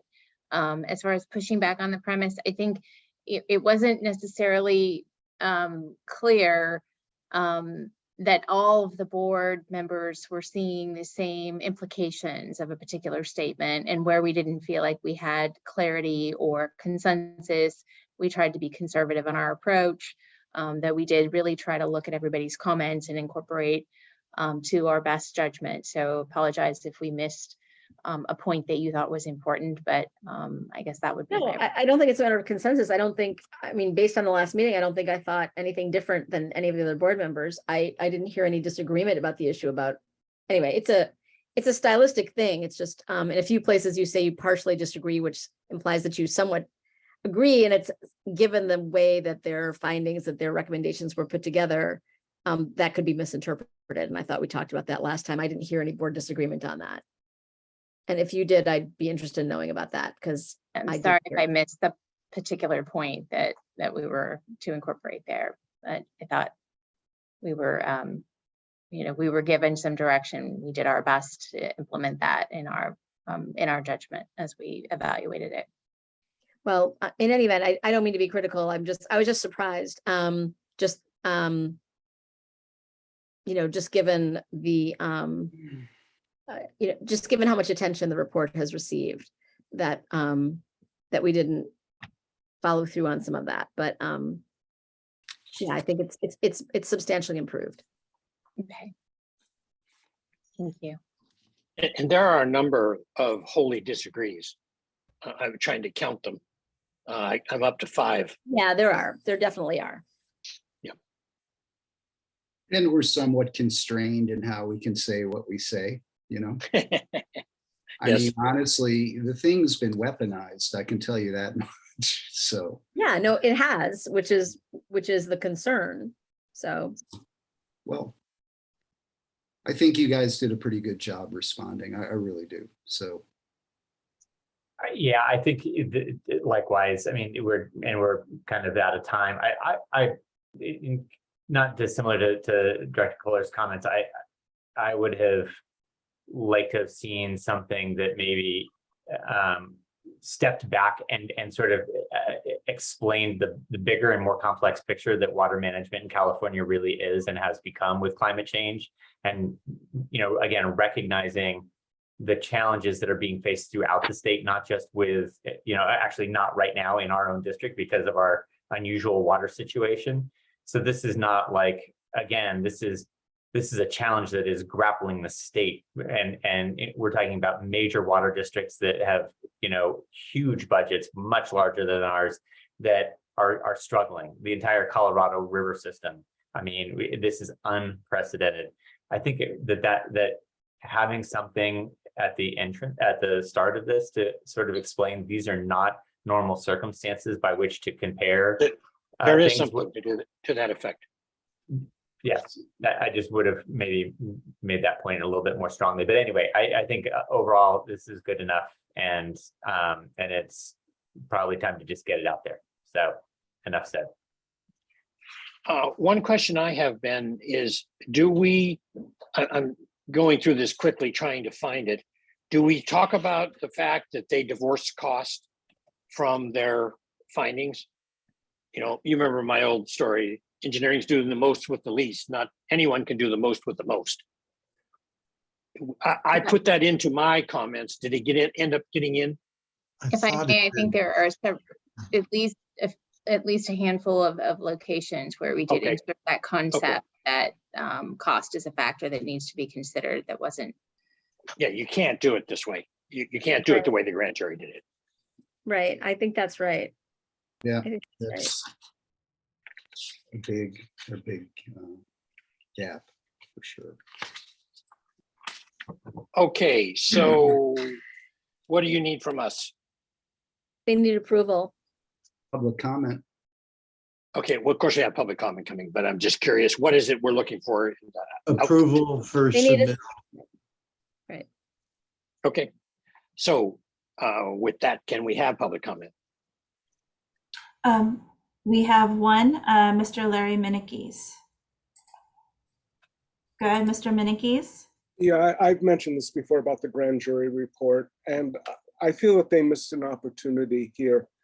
And it became a finger-pointing exercise when it could have been a much grander educational opportunity for the public to really understand how we and how the West got here and what we need to do to go forward. But instead, it's just a lot of, this is what you should have done. Why didn't you do this? And why didn't you do that? Instead of understanding really how this all fit into the big picture, and where the community had been all these years, which I've been saying repeatedly, in that when we have tried to increase water supply, and I was part of that community back in 2000, we didn't want to see it by an overwhelming margin. Everyone was concerned about realtors and growth and changing the character of the community, and now we're screaming, bloody murder. Where the hell's our water? You're damned if you do and you're damned if you don't. I think we all know that. And with that, I bid you a good evening.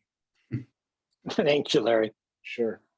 I'm going to mostly agree with my friend Larry, but I'm going to take issue with one small thing, which is that is the one thing that struck me about the grand jury report that it did not do. I mean, it certainly was very angry at the district for failing to do something. But if you go through it, they actually never have the courage of their convictions to say what that thing should have been. And I think I agree with Larry, and it is unfortunate what a missed opportunity it was, because on the one hand, there is a lot of finger pointing and blaming, but when you get right down to it, there's not one single thing that the grand jury says could have been done to have avoided, as they put it, this historic drought. Most of the things they recommend, and I agree with a number of them, they're all forward-looking. We couldn't have done DPR in the past. We couldn't have done regional desal on our own. The Santa Clara groundwater banking in Santa Rosa, fantastic idea. We've been talking about it for years. We couldn't have done that before this drought. They sort of acknowledge that, but they really never do what was just said, which is that they never said you should have done this, you should have done that. And to me, that's really that really does undermine the credibility of their findings. And I think we should have said that, but I'm cool with the reply as it is. There are no further public comments. Okay, thank you. Okay, so we need to vote, or what do we need to do here? Holly, I think a motion and a second with the vote is the best course. That's okay. full Can I president. get a motion to approve the response? So move. Second. Okay, thank you. Now we need roll call. Director Kohler, Aye. Vice President Schmidt, Aye. Director Bregman, Aye. and President Russell. Aye. With Okay, that, everybody, I'm going to say good night. It's almost 1 o'clock in the morning here. It's a delight as always. Have a great tomorrow. Bye. thank you. You too. Enjoy the rain. Mhm. Okay, future meeting schedule. Okay, so I only have for the board tonight the internal meetings that are coming up. So next week we have 3 board meetings. One is the Strategic Water Supply Assessment Working Session, September 13th at 5 p.m. The Watershed Committee is Thursday, September 15th at 1:30 p.m. The Friday, September 16th, we have the Operations Committee meeting. Also next week, we'll have our 3rd Watershed Recreation Management Plan Community Workshop. That's Wednesday, September 14th at 5 p.m. Then the following week, we'll have our regular Board of Directors bi-monthly meeting. And then I forgot to put, but we will also have our Finance and Administration Committee meeting that same week on the 22nd. So busy, busy, busy. And that's all I have. Okay, cool. Maybe you could update this and resend it to the folks so everybody has the right list. Thank you. Okay, with that, let's adjourn to closed session.